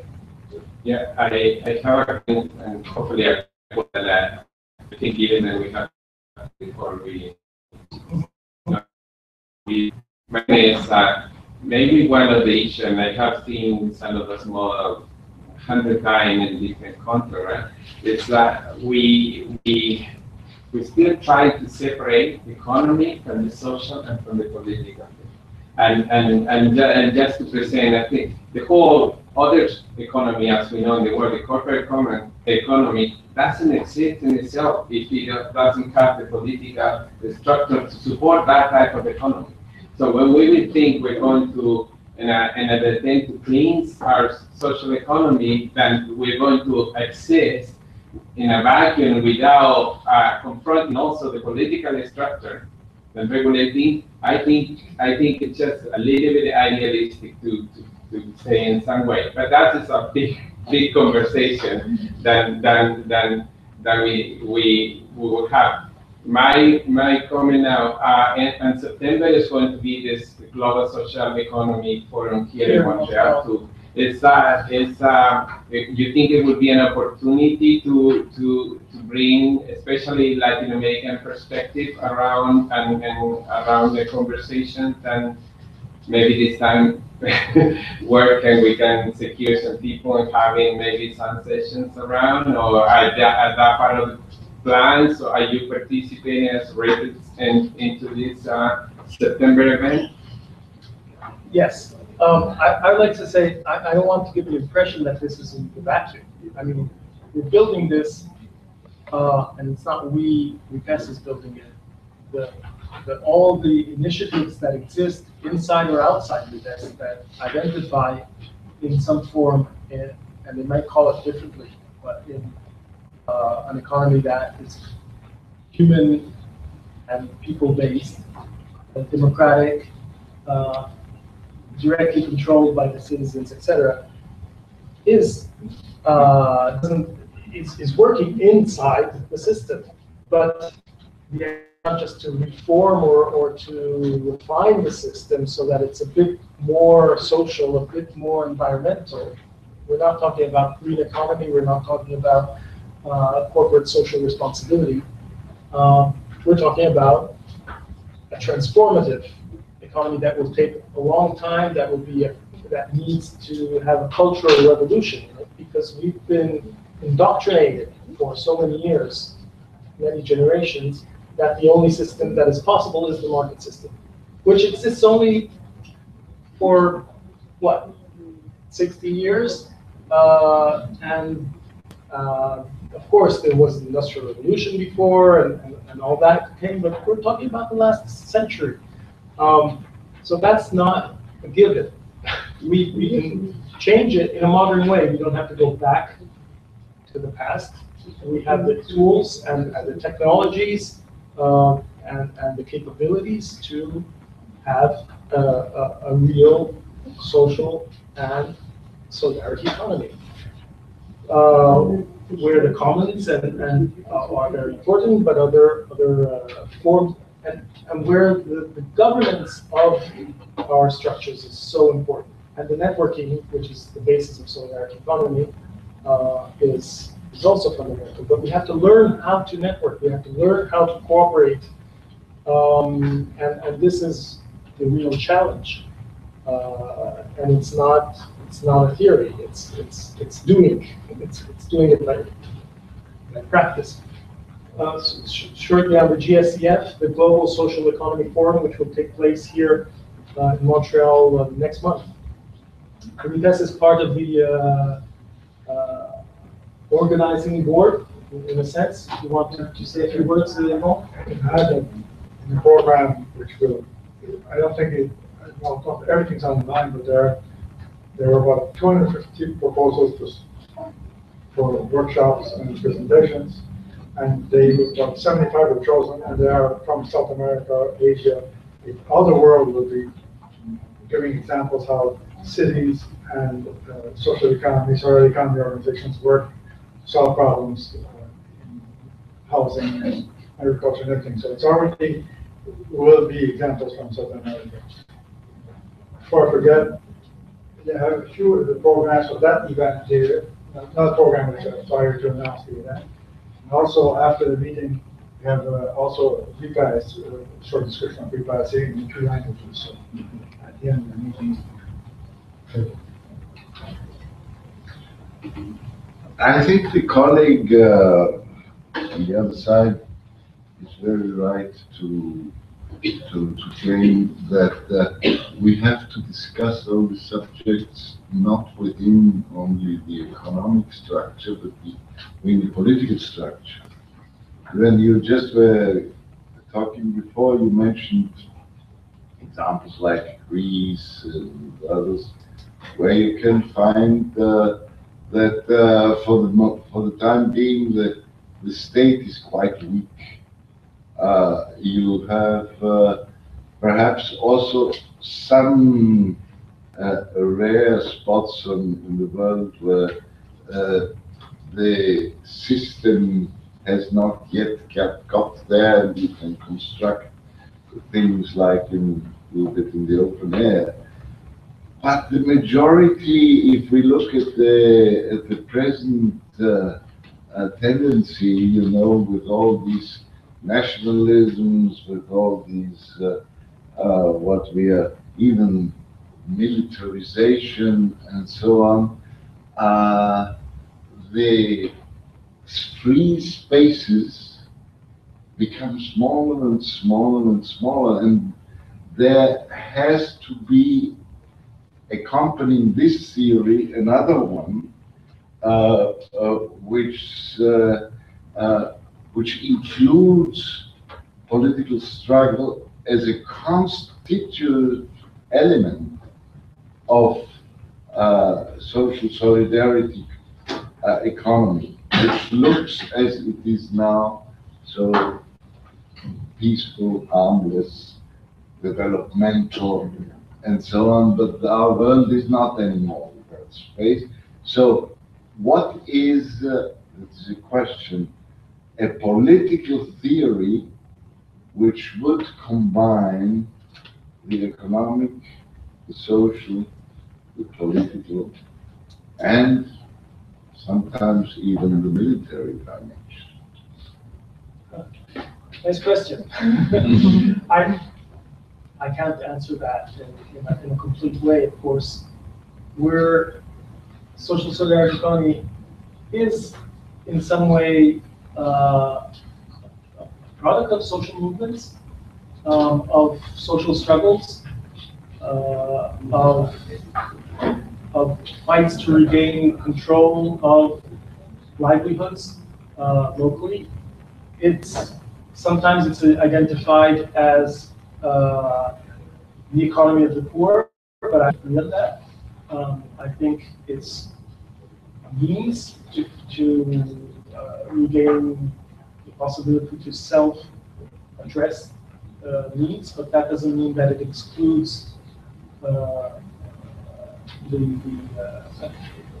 idea that we're not dealing on survival, we're dealing on living in a different way. And it's political, but it's not political in the classical vision of politics. It's very political. It's changing the structures of our society, of the economy, of our culture, etc. is extremely political. But it's a practical form of being political. It's confronting the governments at the different levels with the different ideologies they have. It's confronting parties. In Europe, we deal with progressive and less progressive institutions at local, regional, national, and at the European level. We have opened the first social solidarity economy forum with the left, progressive left in the European Parliament, but we hope to open it not just with them, who are closer, if you want, but with a larger spectrum. But at the same time, we would never make a political party of social solidarity economy.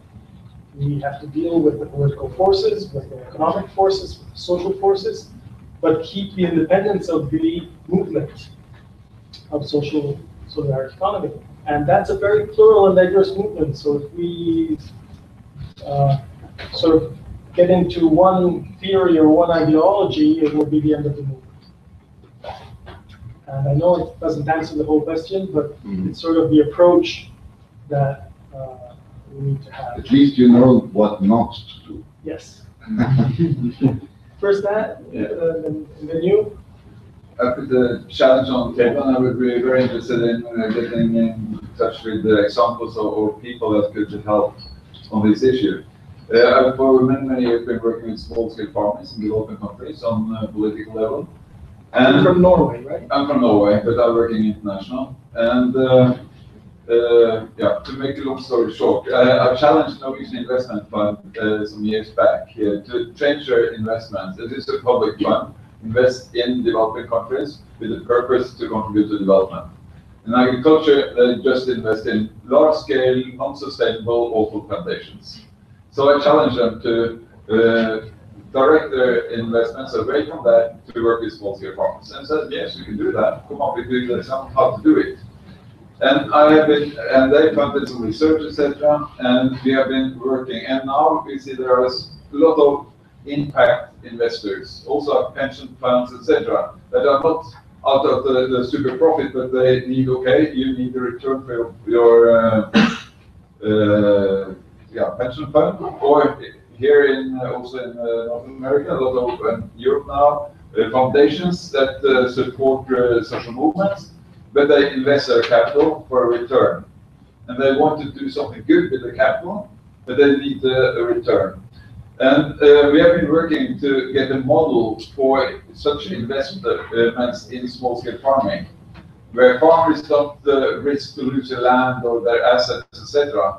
At the same time, so there could be a shared risk and shared benefit between social investors and the farmers themselves. And to our surprise, we haven't found one single example of that. The good and bad, the credit scheme, good and bad, the outgoing scheme, but really packed investments with small-scale farmers, because you can have a local solidarity economy, but we know also that there is a need for more capital could be for seeds, training, whatever, that will boost the economy locally and create more platform also for solidarity economy. So if any of you have any contacts, knowledge, ideas, how we can move on that. We have an international team working on this. We have stubborn. We have started up a small pilot project in Mozambique with a few farmers. We'll probably start a pilot project other places soon. So I'm just interested in getting in touch, and if anyone new want to get in touch with me, I'll be here after. And I also have a brochure on this network where we have also put out many reports on different forms of sustainable agriculture. So thanks. Very interesting. And I know from Brazil or from other countries who might be certainly interested, we can help you also as a network to get in touch with. I just did, I think maybe partly answer to this gentleman's question. Yes. Your question was that there is a form of sort of spontaneous cooperativization or something that can occur in the context of military situations. The famous historical example are the anarchist communists during the Spanish Civil War. Now, today, we have things are happening.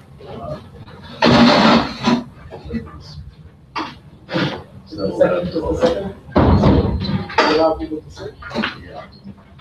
Okay. Okay. Yeah. Then today, apparently, there are things happening in Kurdistan with. It's occurring in the context of war situation, and I don't know if it really if it really can go anywhere. If it's simply something that occurs for the duration while how you feed people in the context of a civil war, but I don't know that it necessarily relates to the sort of thing that the main solidarity economy thing is working with. It's sort of a disaster socialism, if you will. If we have disaster capitalism, there's disaster socialism. And I don't know if that's partly. May I just thinking about Rojava, those cases? Rojava, yes. Rojava, but there's others as well. Yeah. It happens almost naturally when you have a war situation going on, but I don't know that it can expand or be the basis for anything permanent. I have been, for instance, to Rojava and to all the places you are mentioning, but on the other hand, I also have been to the northwestern part of or northeastern part of Brazil, and where they have developed a lot of different local currency networks and things. I think there is something in common that for one reason or another, the state and the law gets weak. Mm-hmm. That is the common ground for things developing. For instance, in Brazil, it was, of course, there was a law which did not entitle the people to have their own currency. There is a monopoly, like in every other country, of the national bank and so on, and they would preclude everything. But there is where politics came into it. Lula, in some way, convinced they were already starting to make a campaign in Veja and other media against these. Say, well, cool down, this is a social project, and you won't touch it with your market economy. So it got weak because of the political intention of the leadership. Now, what I want to ask you, if you just imagine for a second, if Trump wins the elections in the United States, will he be willing to further all these solidarity and economy spaces, or would he get down on all these bloody hippies who are running around and don't do anything in their lives? Is that, I think that's where the political with the economic gets into it. What would happen if Trump became president? Everyone's intellectual energy at this point is devoted to making sure that does not happen. It's not desirable for many, many reasons. Yeah. But who knows? It could be really strange because sometimes the nationalistic, strange visions that are on the right allow, let's put it this way, a stronger development of community-based initiatives.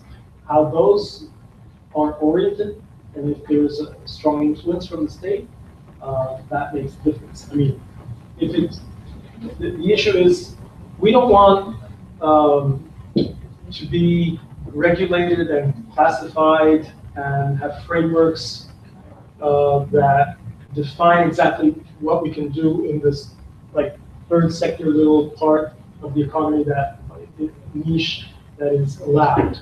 We want the opposite, the possibility of spontaneous development that where the state doesn't enter, but it allows it to happen. So sometimes over-regulated, over-planned economies from, let's say, the left are an obstacle rather than a promotion of this. Sometimes, I'm not saying this is always the case.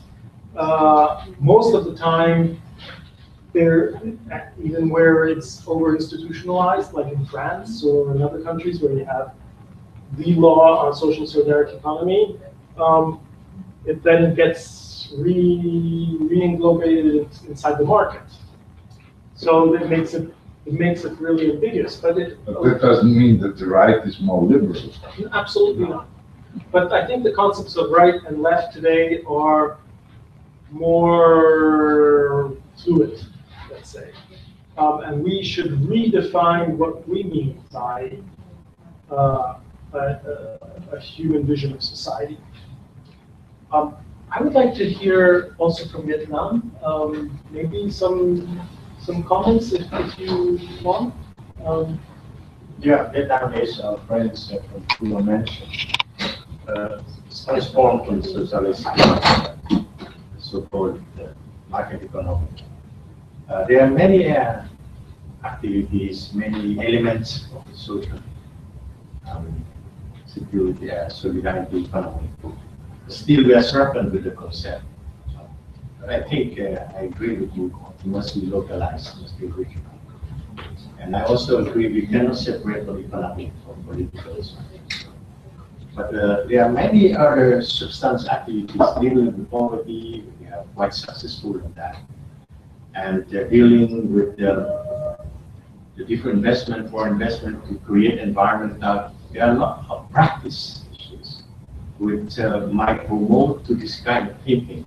But we could not put in that concept yet which one. But the reality in practice, there are many elements where the people can do themselves, although the state is always there. The presence of the state sometimes might not be seen totally negative. It depends.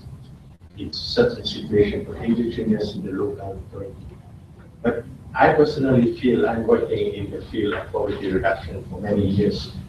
We feel that there are transformations in the way of letting people decide what they like is know how to do.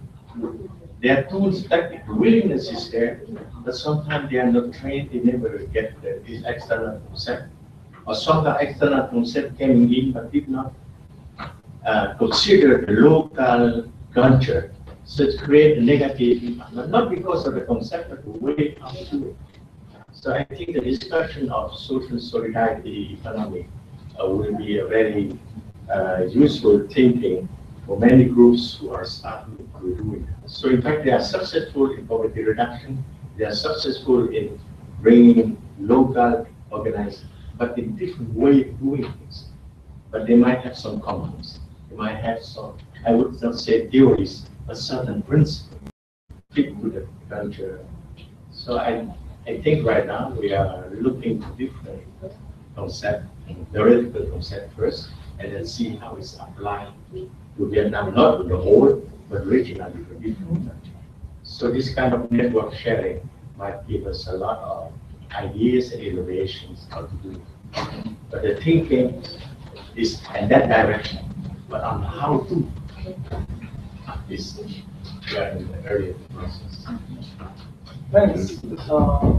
There is an Asian network, which is the continental part of the US. It's called ASEC, the Asian Social Economy Council, right?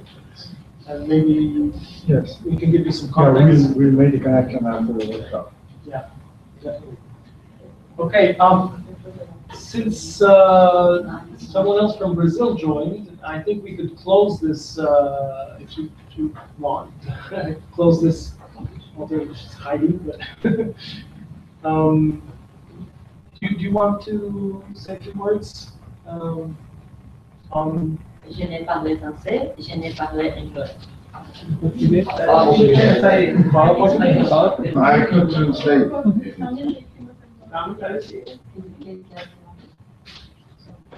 I think on the experience of in solidarity economy, Brazil, because we had an illustration about the situation in Brazil already, in general, and about the credit cooperatives and financial cooperatives, but on the solidarity economy network, it would be interesting.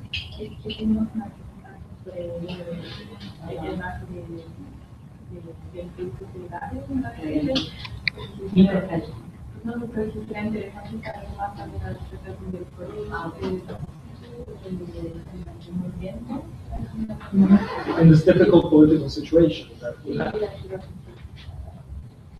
Peut-être juste savoir qui va, on va traduire vers l'anglais. Je ne sais pas si quelqu'un serait à l'aise de le faire en anglais avec moi. Just to translate her in English. Yes. Yeah, if someone We can translate directly into English if you want. Okay. From the Portuguese? You can? En português I'll ou try. You can. With the help. Alguém em espanhol? You can. Para saber se fala espanhol ou português? Oh, no, yeah. ¿Habla español? Então, sim, um pouquinho. Mas você pode? Pode portunhol. Pode passar.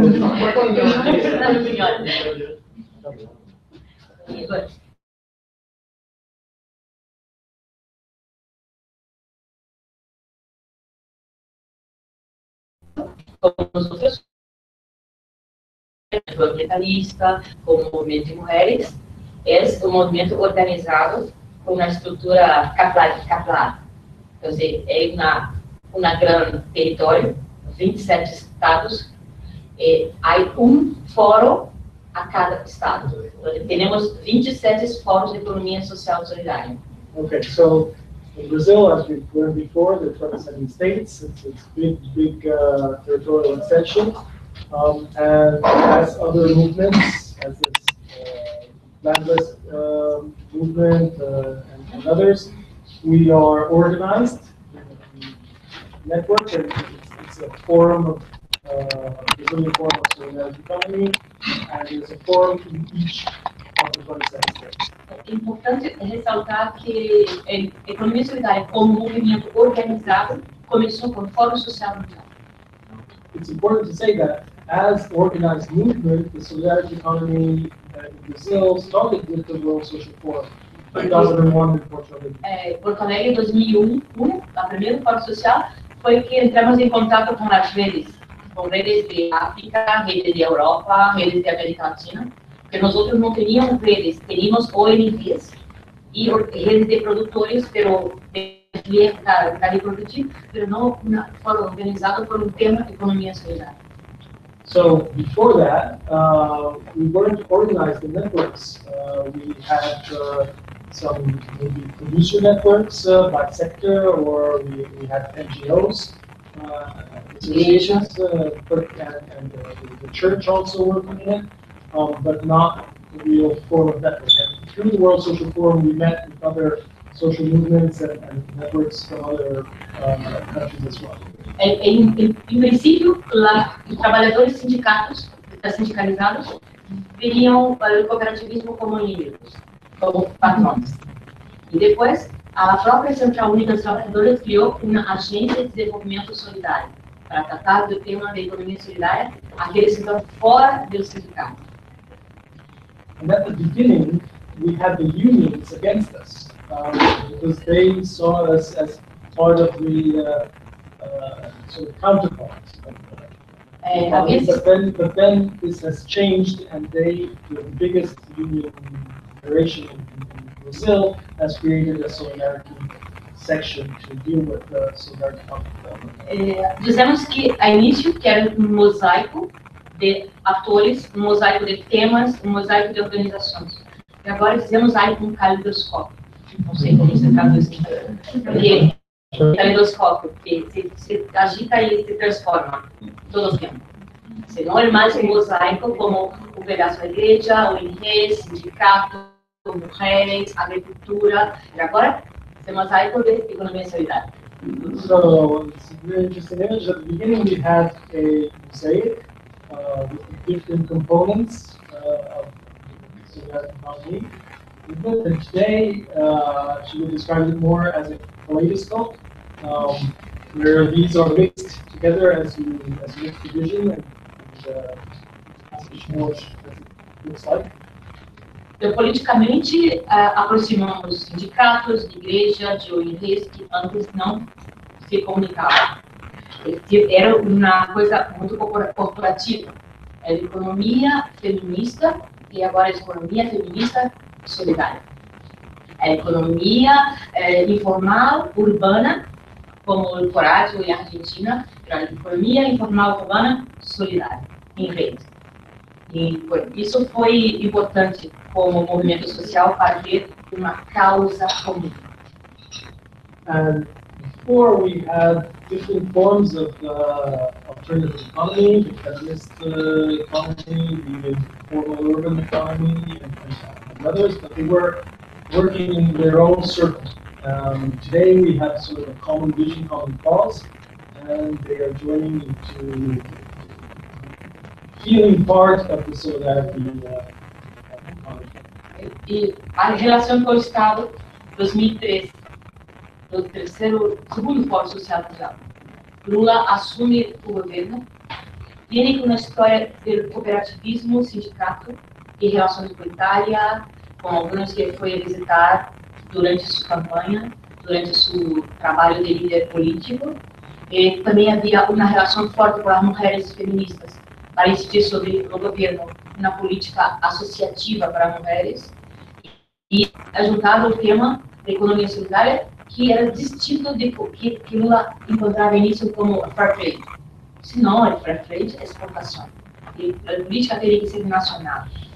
E aí começamos a trabalhar a questão da economia solidária para dentro, además de para fora com ricas. Também para dentro como uma relação federativa pela federação. So, the movement has a relationship with the state, with government.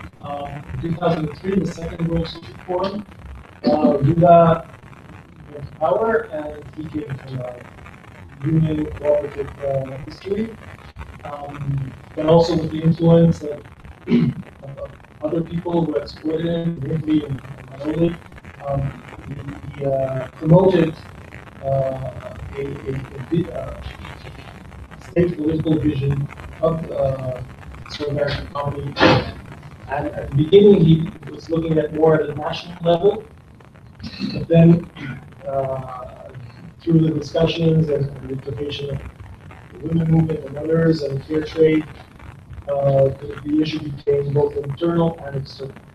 Então, o movimento se organiza e uma reivindicação, uma secretaria ou um ministério de economia solidária. E Lula disse, bom, é muito temprano para o ministério, e temos que ter uma superestrutura, uma secretaria nacional de economia solidária. Nós solicitamos Paul Singer como um representante que viene da academia, que tem o respeito da igreja e que tem uma forte relação com os sindicatos. Então, aí não triple, como Singer disse, porque em Venezuela há 4 pies, porque há as ONGs também. Então, Singer vinha mais por sindicatos, igreja e universidade. E aí dá o mundo da ONGs, são os 4 pés da economia solidária do Brasil. So the movement reivindicated, fought for a representation in the government, asking for a ministry, Lula said it's a bit early to have such a big structure. We can start with the secretariat inside the labor ministry. And they proposed Bolsinger, who came from university, but also have very good relationships with the NGOs, with the church, and with the unions. The four sort of legs that built E essa é reconhecimento do governo, criando a estrutura com financiamento para as organizações dos fóruns locais. Então, o Ministério da Secretaria está dentro do Ministério do Trabalho. Nós outros pedimos fora, pedimos dentro do gabinete da Casa Civil, mas nós outros não, por razões de financiamento. E a parte da estrutura, estamos dentro do Ministério do Trabalho, que é trabalho formal, mas a economia solidária é 90% informal. É a primeira contradição. A segunda contradição era sobre o tema das finanças, porque a informalidade não se financia. Os bancos não financiam informais. E depois, a terceira coisa, com relação a não ter, naquele momento, em 2003, não teria um Ministério de Mulheres. Você também não teria uma relação direta com a política para mulheres. El Bolsinho era um bom camarada, mas não é feminista.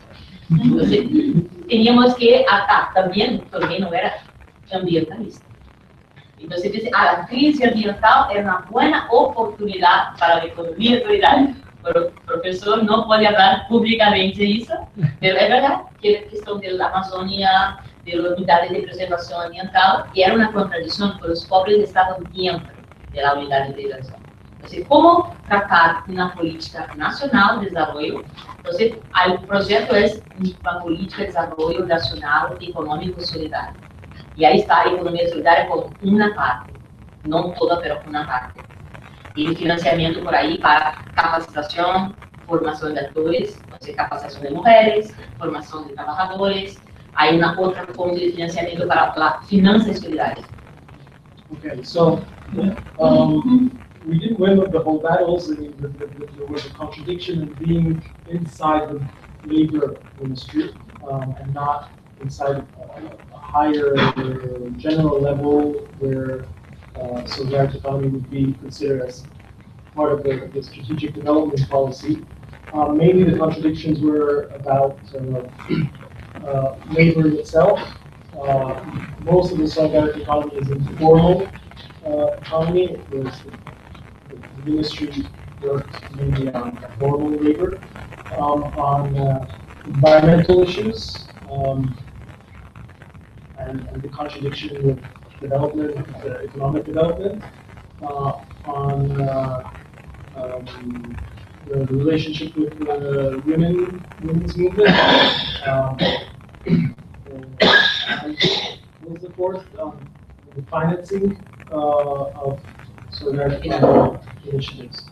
Porque as finanças solidárias no Brasil também é pouco distinto do resto da América Latina. Há um guarda-chuva na Paraguai. El Paraguai tem 5 líneas de financiamento. O mais conhecido fora é esse banco comunitário, que não é o único. Há os bancos comunitários, as cooperativas de crédito, há vários sistemas de cooperativas de crédito para quem está em sindicatos. Há os fundos solidários da igreja, há linhas de comércio justo para consumo responsável, para financiação, e agora tem mais Produção.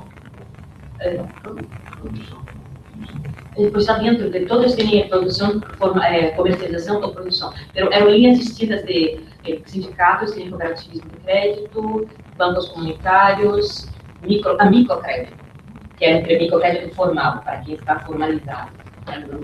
Cooperativa ou empreendedorismo, em Brasil também tem isso como distinção. É considerado... So there's a sort of umbrella of different forms of solidarity financing for the solidarity economy. There are 5 main lines, if I remember. There's credit cooperatives, community banking, microcredit, consumer and fair trade and church consumption and church funding. So these are the 5 main financing mechanisms. La otra pierna de que llamamos comienzo es la capacitación. Hay varios niveles de capacitación, pero dentro de una política llamada SSE, Centro de Formación de Economía Solidaria. Hay agendas de desarrollo formados para fazer formación en territorio. So this is one aspect of the financing. The other aspect of promoting the development is training, and there's a national policy on that. It's the Center for Training Solidaire Economy that helps form the technical También para capacitación hay dos redes de incubadoras y otra es la red de Unitrabalho. São 2 redes universitárias que são professores e alunos para tratar de economia solidária. And then there are at the academic university level two networks of incubators. Unitrabalho e IPCP, Incubação de Cooperativismo Popular, Tecnologia Popular Solidária. So Unitrabalho, que é mais para empresa, para pesquisa, e a outra para formação. And the other one more for training. E por último, é o Fair Trade Nacional. O sistema, chamamos Sistema Nacional de Comércio Justo e Solidário. And last thing, there is the National Fair Trade, that is called the National Solidarity Fair Trade System, which is part of the... Com um modelo próprio de certificação participativa, declaração de conformidades por fóruns de economia solidária e por terceira auditoria, com um modelo distinto de certificação. Esse é baixo ao Estado, mas o selo não é estatal, o selo é de controle social. And we have a different system from the international system to certify fair trade, which is a participatory guarantee system, which is done in the forums at the state level and with third auditing initiatives. Os controles sociais são através de conselhos locais de economia solidária, que uma das tarefas é ser labelo local. And one of the tasks of the local councils of solidarity economy is to create local labels to guarantee and to include production in or out of solidarity. O agricultor brasileiro quer exportar, não é problema, mas não é problema para o Estado. É problema dele com as relações internacionais. Pero para dentro, a política só serve para o território brasileiro. So the issue is not so much internal, but how to deal with the international trade. We're pretty much closing. So thanks a lot.